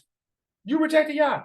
You ignorant SOBs. You a bunch of wastes. Yeah. Oh, that is how he's dealing with it. Yeah. And if you think about it, when we get to reading about, Ezekiel and Mordecai and Nehemiah and them, that's how they dealt with the people too. And it's like it was frustration. They was frustrated. Israel. It may have been a little harsh. It may have been very direct, but it was righteous indignation. It's like, I need you to get in order so that what happened to us then don't happen to us again. Can't you see that that's why we in this situation? I think we'll all be able to experience this firsthand because I mean, right now, we all know we bruised, but we all still separate. You know what I'm saying? Everybody felt, this group fellowship over there, and everybody got their little corners of fellowship. But there's coming to a point where the Most High gonna throw us together. We're gonna be together. And then you're gonna really be like, I don't envy whoever is chosen, whoever the Most High, because there's gonna be a bunch of self-appointed leaders. You know what I'm saying? But whoever the Most High chooses to lead, I don't envy because they got to deal with some mess, baby. We were talking earlier before we came on to do it live about the different factions in Judea during the time of Romans occupation. So before 70 AD, before all that happened, and how many different. I know we all know of the Pharisees and the Sadducees, but there was so many more other than that. Of brews that knew they were brews. Camps, they called them camps. But had issues with each other and therefore could not get along with each other. And we were just really kind of letting it marinate and digesting how Israel is the same way right now. Like we're waking up to who we are, but that's only half the battle. All those brews knew they were brews. All those brews knew they were Israelites. But their contentions with each other were based on positions of belief about Torah or philosophy or what day they worshipped on. It's like all the same things. Whether or not the Ruach is with people based on how strict they adhere to this or how strict they adhere to that. Whether or not they ate meat, I mean, literally the same things. Whether or not they ate meat, whether or not they abstained from women. I've seen a brother. When I say today, I mean, in this day and age, say that it is a sin for a man to lay with his wife. And do you know that there was a sect in the Israelite community around 70 AD that said that they did not lay with women, and that's how they stay set apart. And so I'm just saying they just lay with her long enough to get her pregnant, and then some of them didn't at all. So how did they? Well, there was two different variations of that belief. One of them were very strict; they didn't do it at all, and there was one that say, well, no, because ultimately it was still a group, but there was a portion of that sect that said, we do this, but not for pleasure. Very strictly for procreation, not for pleasure. Yes. All right now. Yes. I'm like Sarah. Evidently, Abraham was a pleasure because she's like, when I'm so old, when I'm still receiving pleasure at this age, you know what I'm saying? Abraham, like, I can work something out. I still got it in me, girl. If y'all say the same. No, I'm telling you. Okay, verse 13. And now here's the sovereign whom you have chosen and whom you have asked. And see, Yahuwah has set a sovereign over you. You want it. Here you go. If you fear Yahuwah and shall serve him and obey his voice and not rebel against the command of Yahuwah, then both you and the sovereign who reigns over you shall follow Yahuwah, your Elohim. But if you do not obey the voice of Yahuwah and shall rebel against the mouth of Yahuwah, then the hand of Yahuwah shall be against you, as it was against your fathers. And now, stand and see this great matter which Yahuwah does right before your eyes.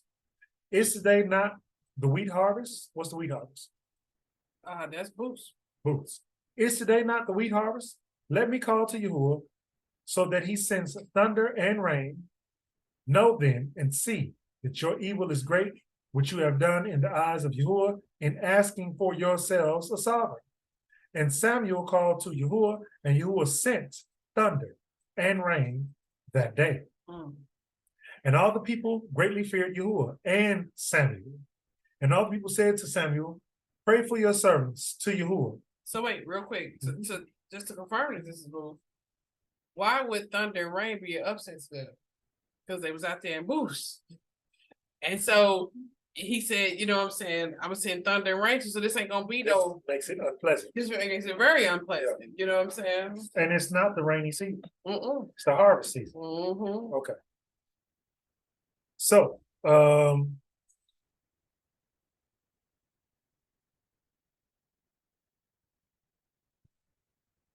don't know. Was that 19? And all people said to Samuel, pray for your servants. So Yahuwah your Elohim, to Yahuwah your Elohim. Now pause right there for a second. We're going to come to, this is foreshadowing. We're going to come to a point where Samuel is dealing with Saul. And Saul says the exact same thing in the exact same way. He says, pray to Yahuwah your Elohim for his servant. They didn't call Yahuwah our Elohim. Did you catch that? Okay. And it further testament to Saul's nature. Yeah. So what does it mean to be a servant of the Most High? It means doing what he needs you to do, even if you don't want to do it. That's correct. Even if it like correct. My father-in-law said, excuse my language, even if it itch your ass. My father-in-law, boy, he itch my, I'm saying, even if it causes tingles underneath your skin, you still walking out the Most High's will. Right. So they would continue to come to Saul. I mean, Samuel. Yep. You asked for Saul. That's right. And y'all said this is what you're gonna get. Since you asked for it. Yeah. You ask for it, you will get it. And ask and you shall receive. Really? Seek and you shall find. Okay. So yeah, pray for your service to Yahuwah, your Elohim. I'm in verse 19. That we do not die, for we have asked to all our sins this evil of asking for ourselves a king. We have added to Torah. We have added to all our sins. So they just realized they messed up. Yeah. And Samuel said to the people, do not fear. You have done all this evil. Only do not turn aside from following Yahuwah, and you shall serve Yahuwah with all your heart. Not saying you're not going to be punished. Yeah. Not saying you're not going to experience the discomfort that comes from you having a man rule over you and all of his fickle human fleshy nature versus Yahuwah, who is going to be steadfast and righteous in his judgment, whether you like it or not. Not saying you're not going to experience but that. Don't give up. But don't give up and don't turn aside. Keep serving. And that's Samuel's nature. That's why Samuel was chosen. Yeah. You know, because what you just feel offended by these people. So now you be like, what's Jonah? My boy Jonah. Kill him. Kill them all. Kill them all. Let the fire Jonah and Abraham. Yeah, let the fire fall. Kill him.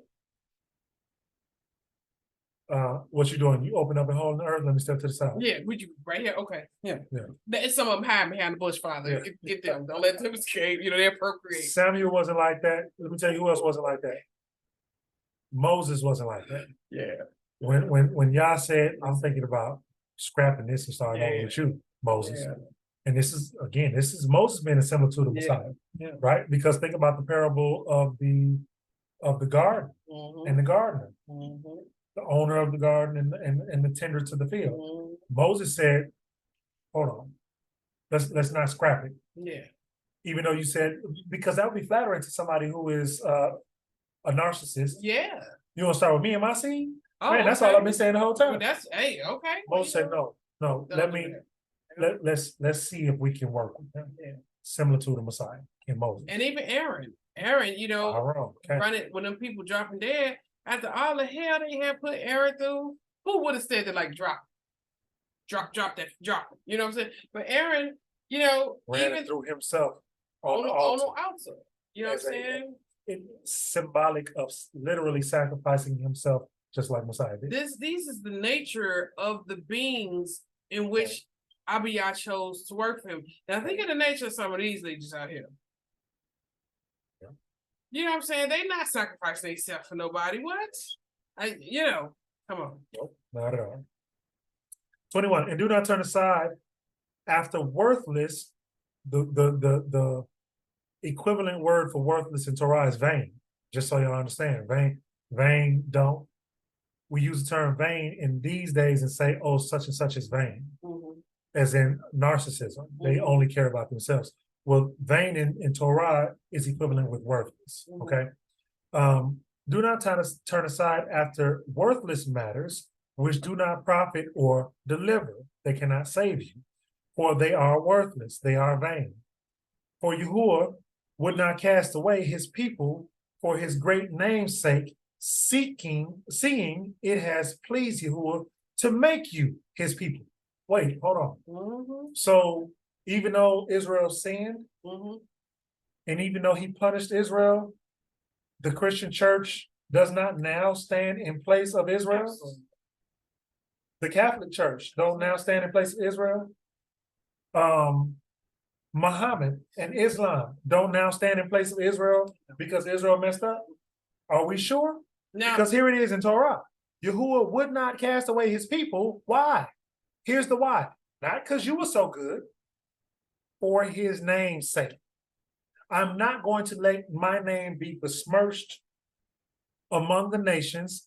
As Moses said, yeah, you can't lead your people out into the wilderness and kill them off, because then all the people gonna say, oh, who that Yah?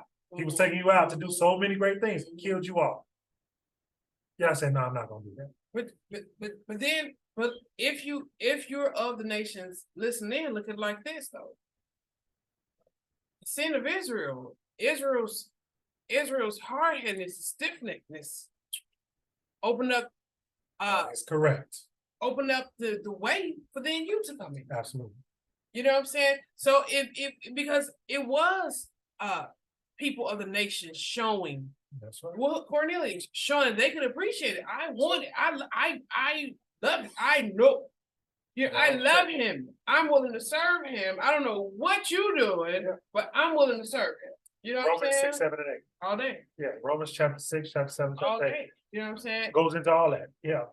But at the same time, what has happened now is, although the door has been opened, it has been made clear that this is not just for Israel. You have those that then boast against Israel. Of course. And that's so what we're doing his job. And so if we're not clear about what Paul is saying, yes, if my role here is that through the disobedience of my people, the door has been opened to them, I understand my role here, which is that through the jealousy of them being welcome in, my people come back to righteous actions. Let not that be an excuse for you to boast against us, you who are the other nations. Yeah.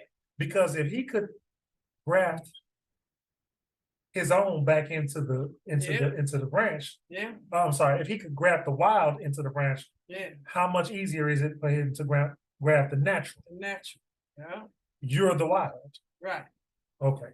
So don't get cocky. You know, I just butchered that. The wild and natural. Nobody should get cocky. The nations, Israel, you know, because you got some Israelites out here, like, just because I'm Israel. Yep. I mean, bro, everybody, you gotta humble yourself. Everybody has to humble. Abiyah don't want proud and cocky around him. You gotta humble yourself. Period.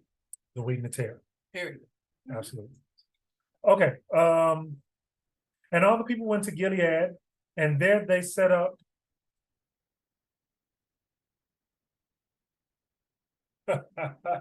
You've been exposed. It's a whole concert over there. Okay, and the people went up to Gilead, and there they set up Shaul to reign before Yahuwah in Gilead. And there they slaughterings of peace offerings before Yahuwah, and there Shaul rejoiced, and all the men of Israel very greatly. Wait, what? I'll just read the wrong thing. I think so, because you read the end of 12, right?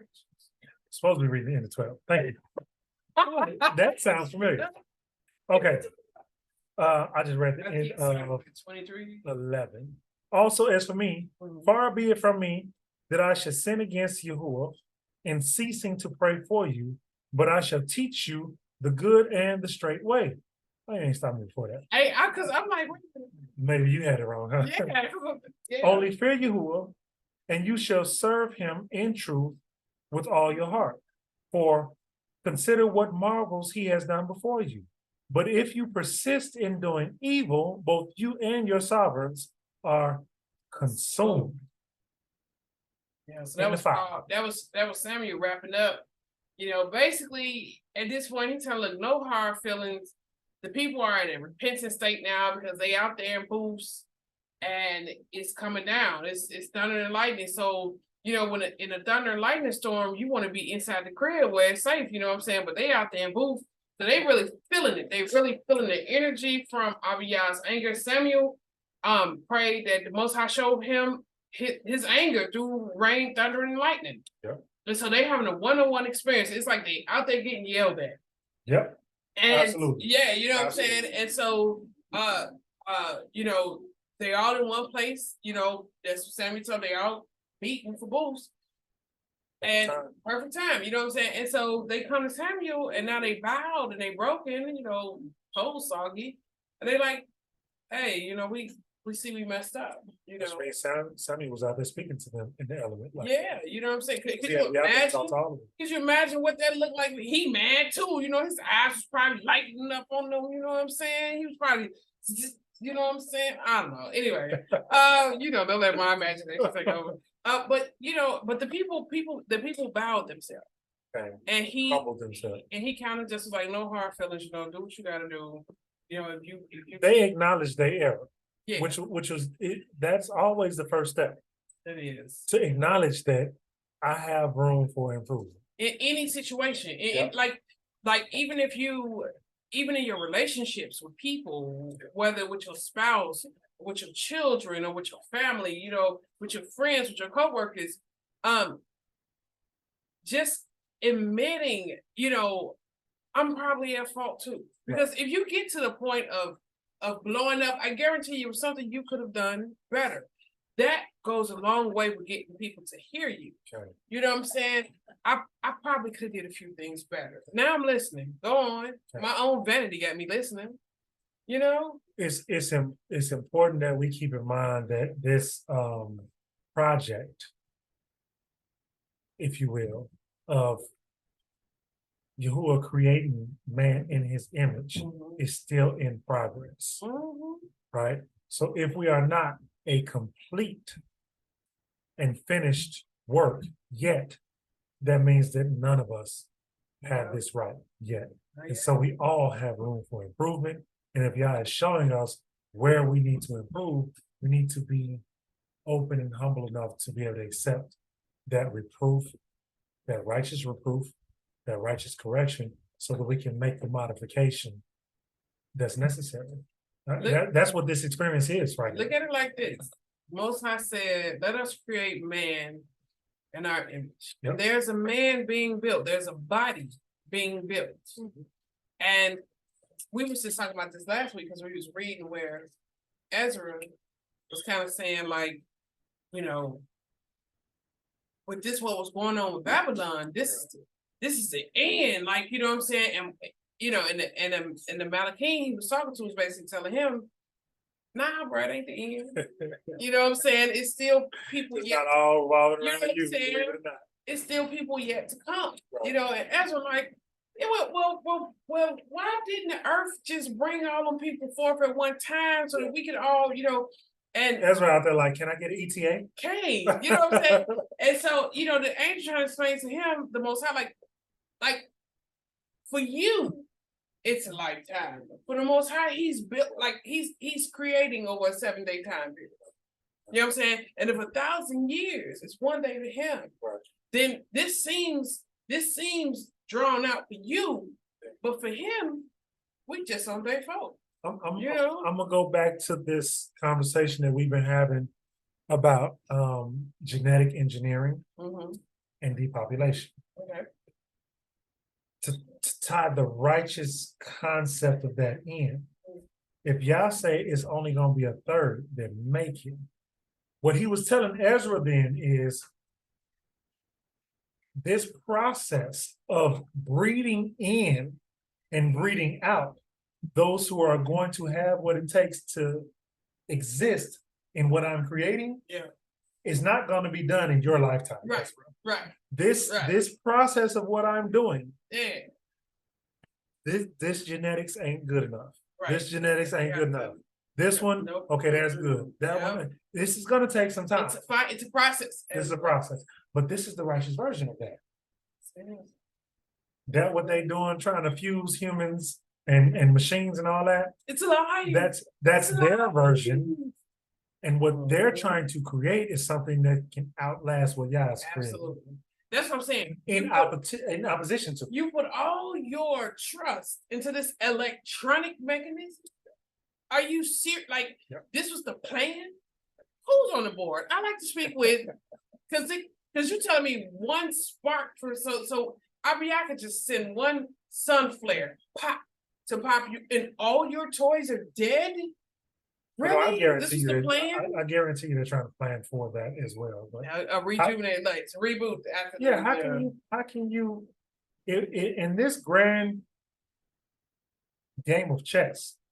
How can you plan for what Yah is doing? And that's what Abiyah say. He said it. What is that Isaiah when he told them, bring your toys. Yeah. Bring all your inventions. Bring all your inventions. Your witchcrafts. Bring your sorcerers. Come with your spells. Your weapon, your implements of war. Bring them all. Your great spells, everything.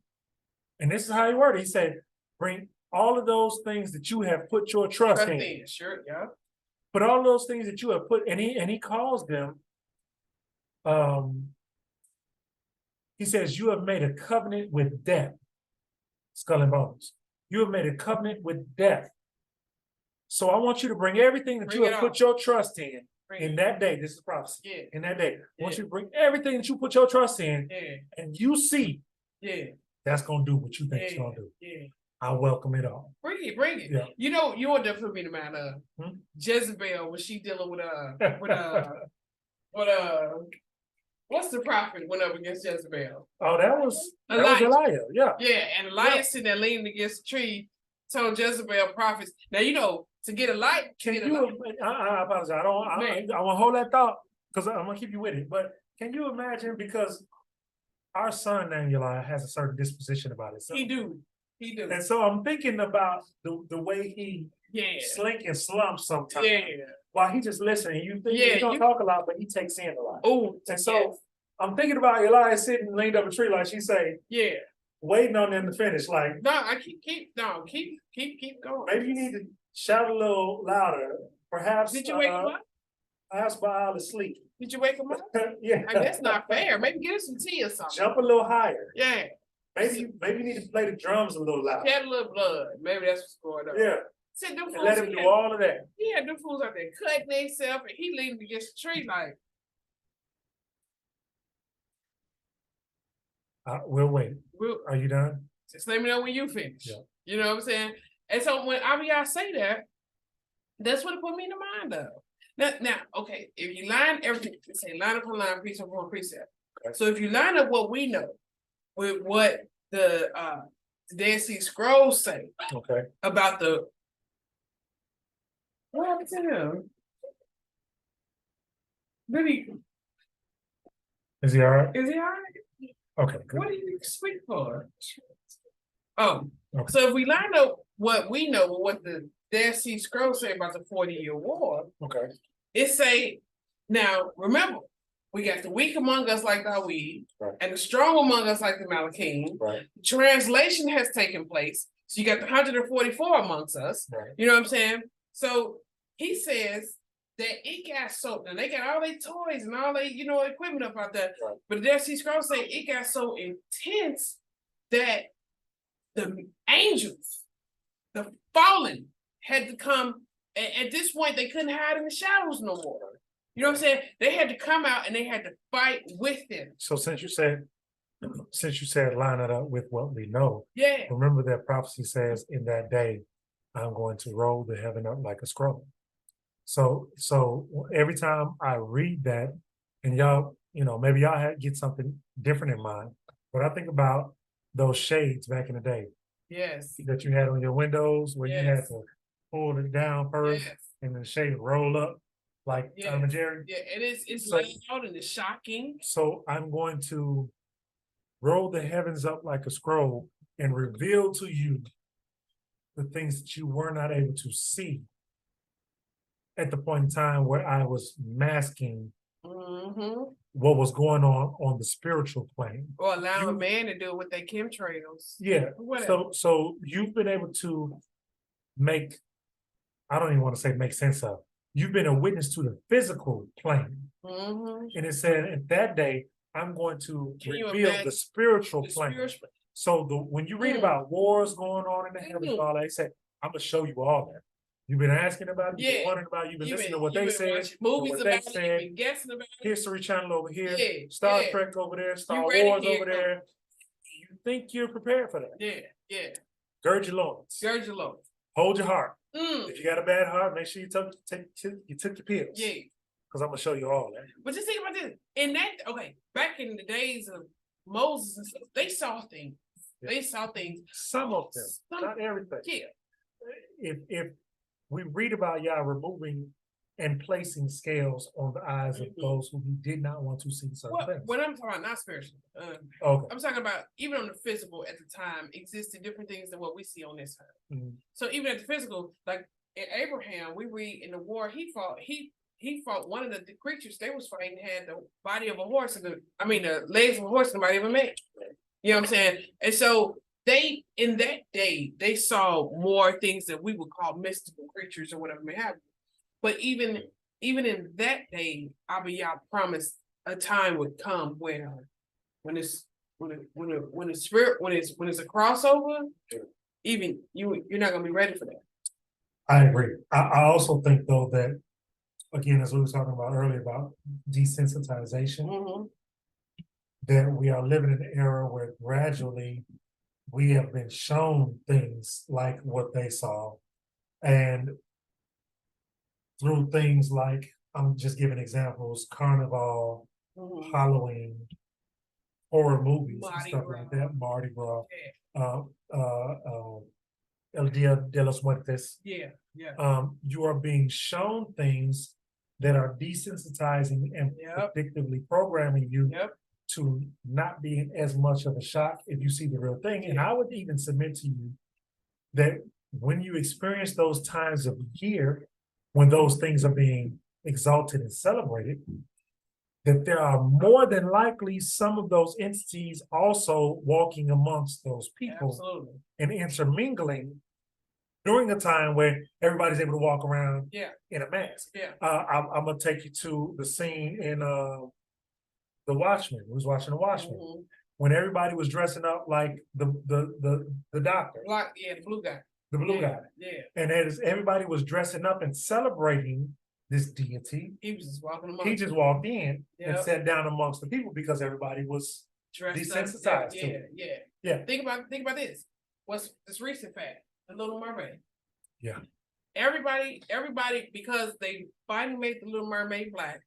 Not everybody ready and wanting to see a Little Mermaid. Yeah. Remember, forgetting that they God, one of the most ancient deities and one of the most wicked, one of the most wicked deities in our book had the body of a man, but the head, torso of the man, but the body of a fish. He was a mermaid. And so now, rules back in the day would have looked at the Little Mermaid like, what are they doing? You know what I'm saying? But now you got so many of our, and now they done made a black.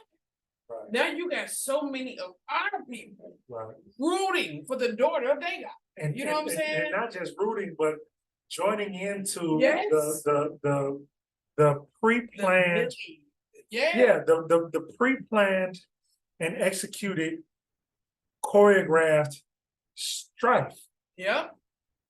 We're gonna fight over whether or not she's white or black. Whether she's black, whatever. Don't give a damn. But not realizing there's a worship going on. There's a worship. You know what I'm saying? You know, and you're fighting for, and I've even had, and I'm talking about family members at this point. I've even had people who are into African spiritualism, especially, whether they know it or not, but some do know it. Some know what they worship. To be clear, that are like, yeah, but we always knew the Little Mermaid was black, and I'm not disputing what they're saying, but that's not I'm not making an allegiance with Right. the Little Mermaid, what are whether you she was saying? black or not. The only thing that does tell me is everything black ain't good. Okay. And who is the Or righteous. who is the daughter of Dagon? Right. Okay, Obviously. so what you're saying is they finally gave her right color back. Mm-hmm. And now we want to celebrate and worship her. And then I began to point out how Israel was still worshiping the Baals, yeah, and the Ashtoreths. That's correct. You know, in all her forms and all her different, disguises. You know what I'm saying? You're still the Baals. So in all his forms and all his different disguises, you still worshiping them, right? It's still the same worship. They're giving her back her melanated skin tone. And now that's a reason for celebration. And now we are, and whatever the Hebrews, if we could get the Hebrews on board, it's now the Hebrews leading the charge. But this is, in my opinion, this is simply another example of the adversary showing himself. Yeah. He went in hiding a little bit, and now more and more gradually, he's revealing himself or herself. And we cheering and rooting for it. Yeah, we are. As opposed to acknowledging that that's the adversary. They're using the little strife. You know, racism. Boy, let me tell you this. Let me tell you the secretness of race. Let me tell you the witchcraft behind race. If you could, we're gonna do a short on that. Oh, what's the difference between race and ethnicity and nationality? Mm-hmm. And understand that these are engineered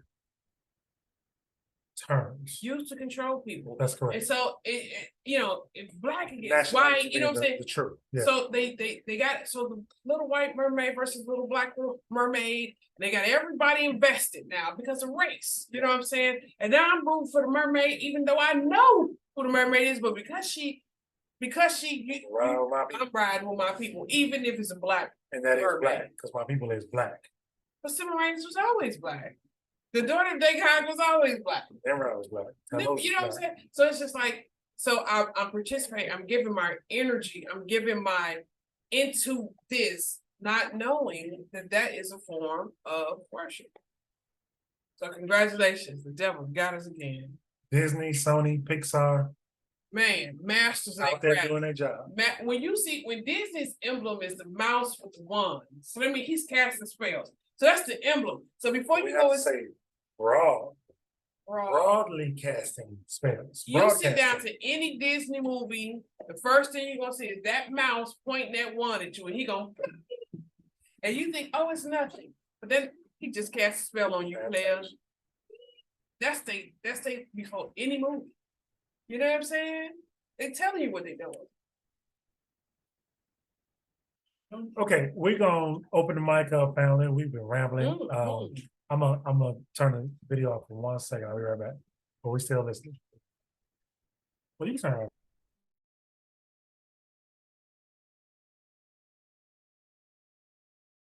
off. I know y'all had input.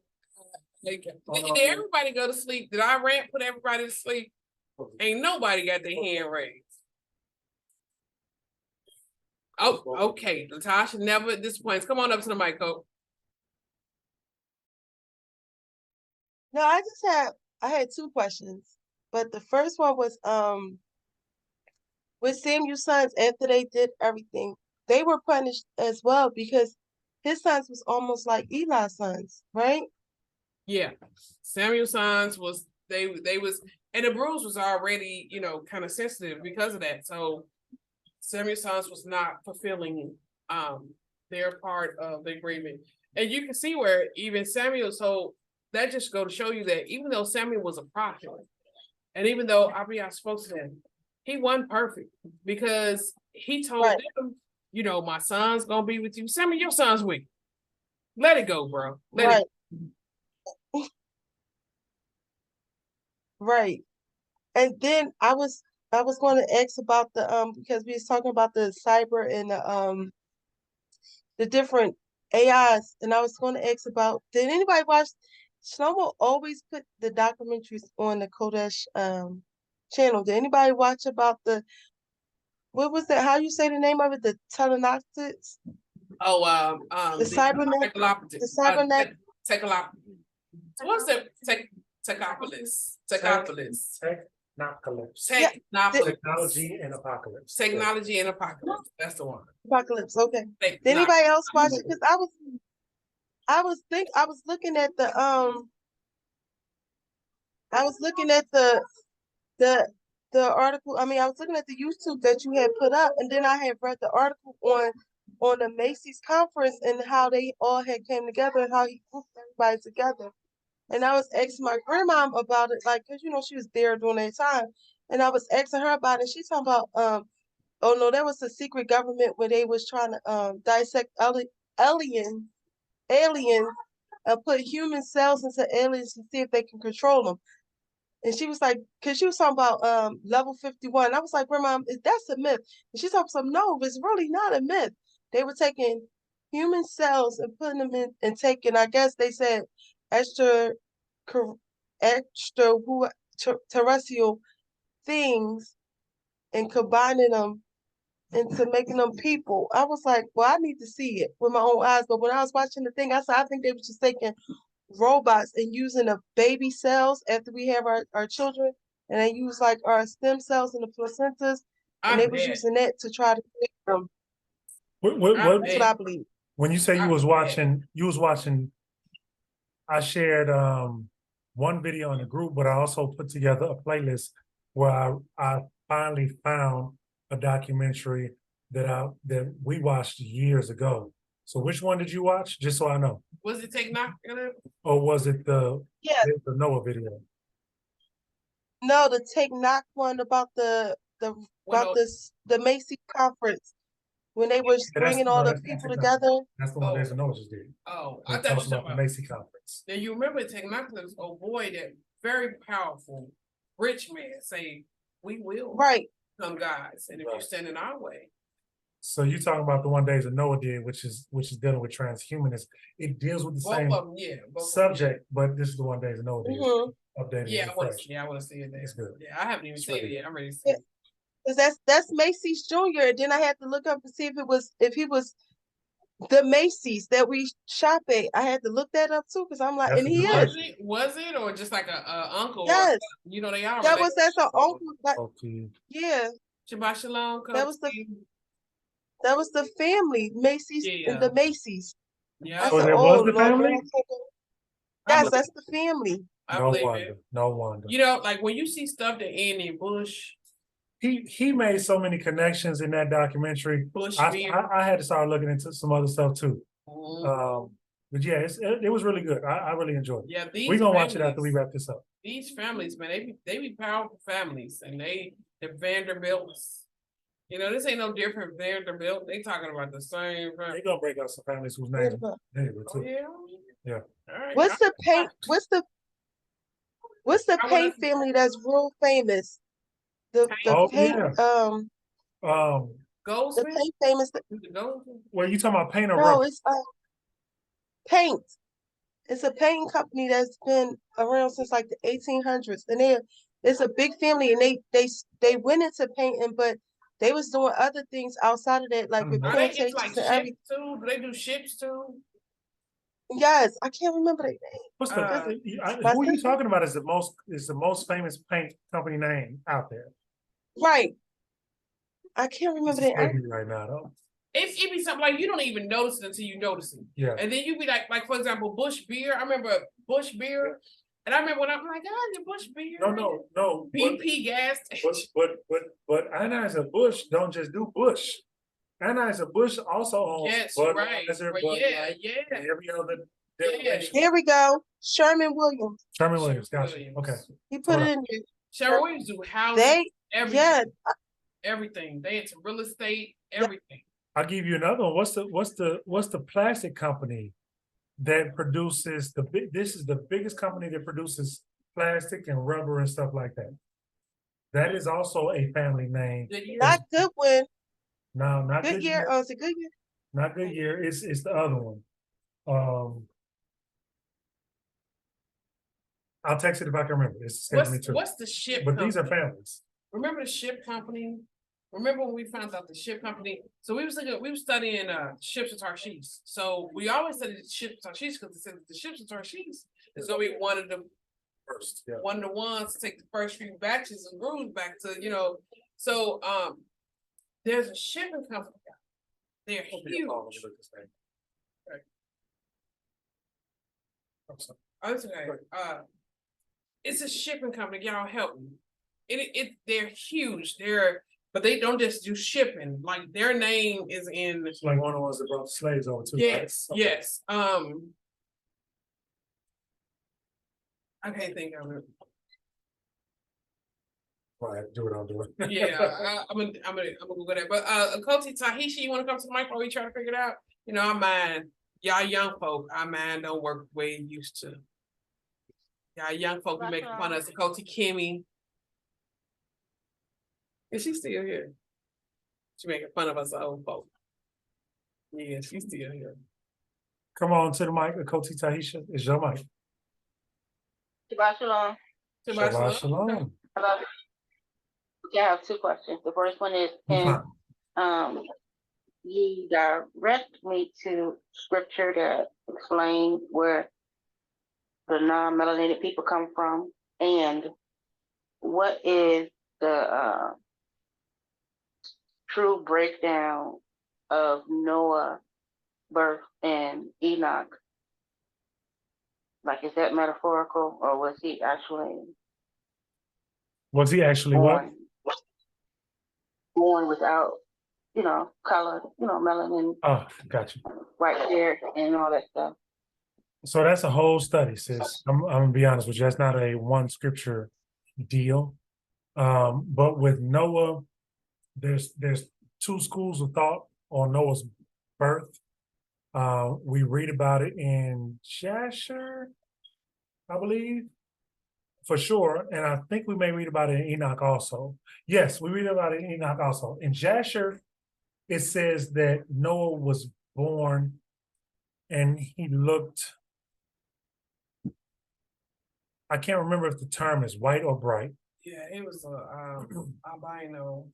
And then in the book of Jasher, I apologize, in the book of Enoch, I believe, it refers to the account, and it uses bulls, and it says that these other bulls were born with a natural color, but this one bull was born white.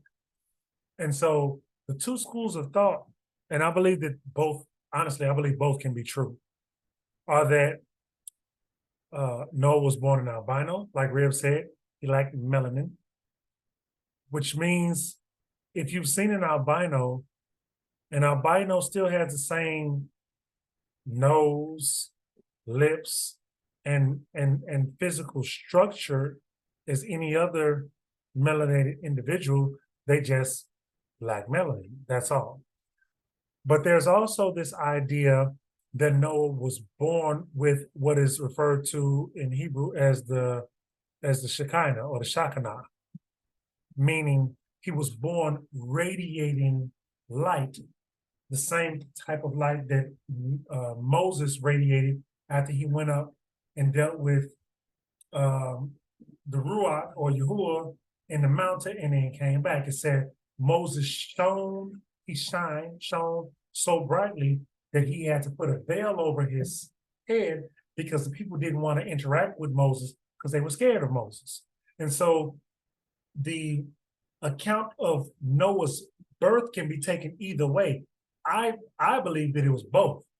I believe that Noah was born with a lack of melanin, but also that Moses had this Shekinah about him. Moses or Noah? Noah. Thank you. Okay. Then Noah also. They thought Moses was Ethiopian. They thought he was African. Yeah, I mean Noah. Totally. Yeah. That Noah was born with lack of melanin, but also had the Shekinah about him that caused his father to take him to the priest and be like, "Whoa, what's going on here?"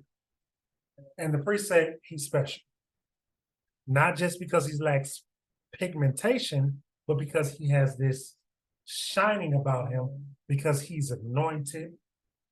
The Ruach is foreshadowing something here. I think that's what was going on. Benaiah also did a really good. Benaiah, one of. So let me try to find. what I'm gonna do is I'm gonna find the link to the video and I'm gonna drop it in the culture group chat. But Benaiah just did a really good study about, he called it white supremacy, the root of white supremacy or whatever may have you. But he DNA traced the genes of different ethnicities. So like where lighter skin came from, different eye color, different hair color. Okay.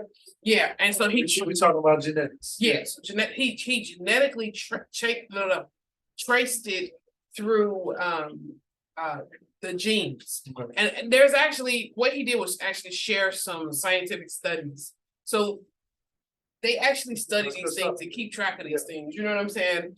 And so he did a really good one, and I will share that in the chat. Share that. But in addition to, like I said, as far as a scripture that shows where non-melanated people come from, if we're talking about Anglo-Saxons, and I'm gonna word this as carefully as I can. There's no one scripture. We can look at the table of nations and look at Noah's son, Japheth. And we see that Japheth's lineage is said to be those who inhabited the Isles of the Gentiles. When we say the Isles of the Gentiles, that's in Genesis 10. When we say the Isles of the Gentiles, we're talking about Greece, we're talking about all of those areas that are northeast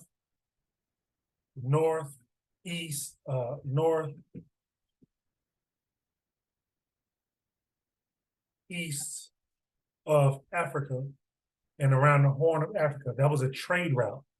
You're talking about right there in the Mediterranean Sea. In the Mediterranean, yeah. All those Mediterranean areas. ports. So that's what that's referring to. So if you're looking for those people in the table of nations, it's Japheth.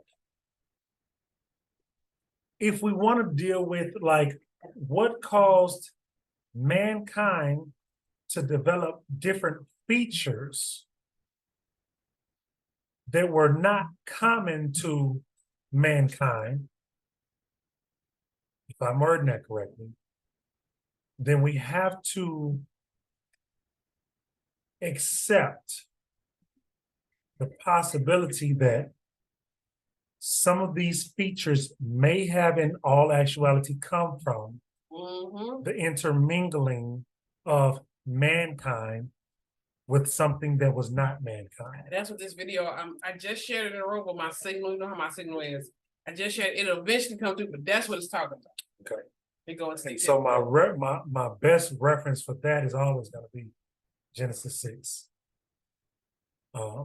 But yeah, that's a whole study in itself, sis. Yeah, it's not a one scripture thing. He does a good job of like trying to narrow it down. Here. I don't know how. Oh, okay. Don't worry about it. Like when this come through, can y'all share it in here? If it comes through, because my phone's trying to decide if he's gonna send it through. Y'all know how my signal is. Okay. But when it comes through, can somebody share it through here if we still in the room? I hope that helps us. Yeah. Yeah, thank you very much. It just went through. Did y'all get it? Go ahead, Akoti. Kane, it came through. Okay, hallelujah. Yes, thank you. Okay, hallelujah. Akoti, Natasha?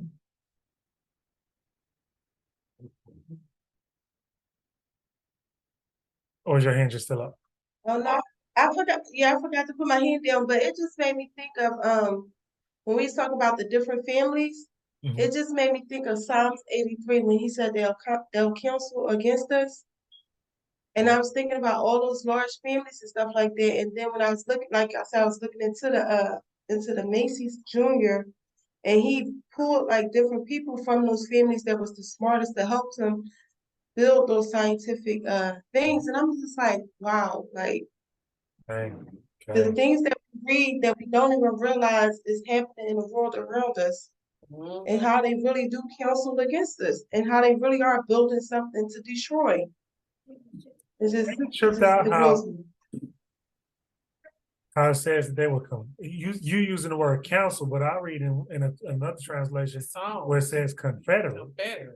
Ain't it tripped out how it says they will be confederate against us, and then we got these people here that call themselves Confederates. Yeah. And they were definitely against us. Ain't none of this stuff mishap. Like I know we think when we look at the breed of people who come to mind when you think of certain groups. So like when you think of like the KKK, for example, you know what I'm saying? You instantly think of kind of like a hip, you know, kind of uneducated, what Donald Trump said, uneducated, you know. But the people that started that, those behind those that's on the those that's not the pawns on the chessboard, right. They not dumb. They know exactly what they're doing, and they participate in these rituals. And this is all ritualistic, you know what I'm saying? Ritualistic done. And I know people will listen to us, and your average person may not believe in rituals, right? But the people with the power and the people who run the world, they do, right? Very much so. Even to the extent that, like, we talk about these rituals that invoke fear and give blood rates up before ritual sacrifice and stuff like that, right? Think about the psychological aspect of bringing a people over to the United States. Dang, bro. That just endured persecution from the Spanish Inquisition from Spain and the Portuguese. Dang, bro. And their priestly garments, as they was killing us, look like the hood with the eyes cut out. Right. And a pointed thing. Whose idea was that?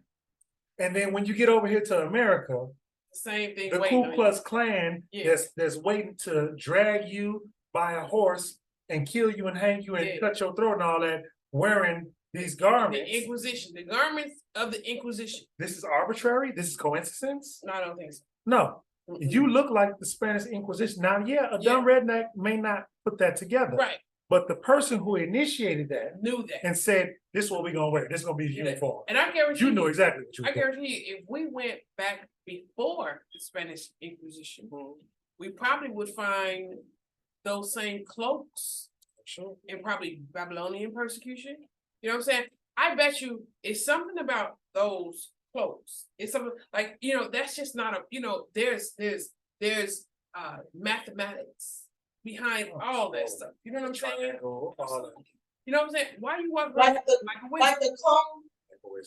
Yeah, like the cone shaped type of the cone shaped type of head.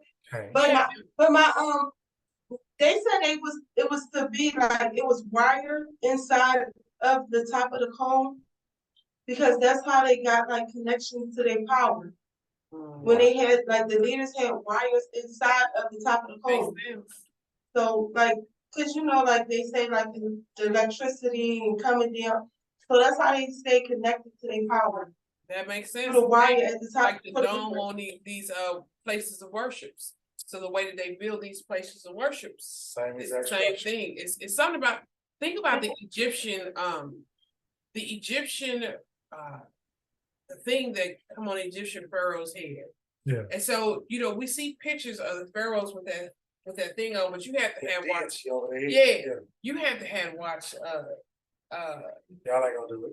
You had to have watch. Y'all ain't gonna do it. It's too long for y'all. What is? Not Arrivals. Oh, I thought you were talking about The Arrivals. Oh, The Arrivals. Stargate. Okay. That showed that deity coming on top of the pharaoh's head and tapping into his head. Yeah. You had to have watched it to see what them pictures mean. You know what I mean?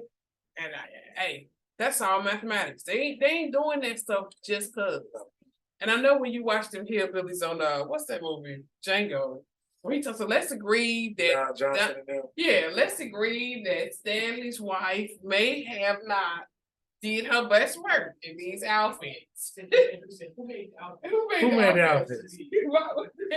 My eye hole ain't even in front. I can't see out of my eye hole. They made jest of it, to dumb it down. But this is not arbitrary. Nah. These are those who are confederate against us. On this continent and on that continent, times 7, right? Times 7. There's no nation on earth who did not have a hand in the scattering of the nation of Israel. Thus says Yah. Mhm. And so when it comes time for recompense, not my words, it's what scripture says. Hey, this food smelling good, y'all. I don't want to be. That's my cue. When y'all hear that microwave going off in the background, that's my cue. Family, I'm glad we had the discussion we had in the beginning on boots and stuff like that. I think that was good stuff. I'm probably not going to edit much of that out.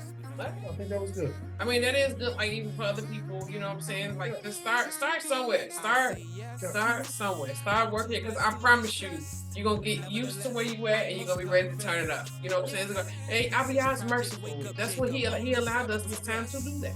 And we have to be okay with pushing ourselves out of our comfort zone in order to prepare for what's coming. All right, y'all. Love y'all. Until next Shabbat. Shabbat Shalom, Zion. See you next time. Want to get it in? Shabbat Shalom. Shabbat Shalom, family. Shabbat Shalom. Shabbat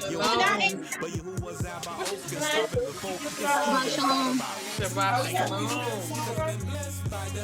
Oh, a meeting. Oh, okay. Because I've been blessed by the best. I'm cold as fresh. I say I'm cold as fresh. I am too blessed to be stressed because I've been blessed by the best. I'm cold as fresh. Yes, I'm cold as fresh. I say I'm too blessed to be stressed because I've been blessed by the best.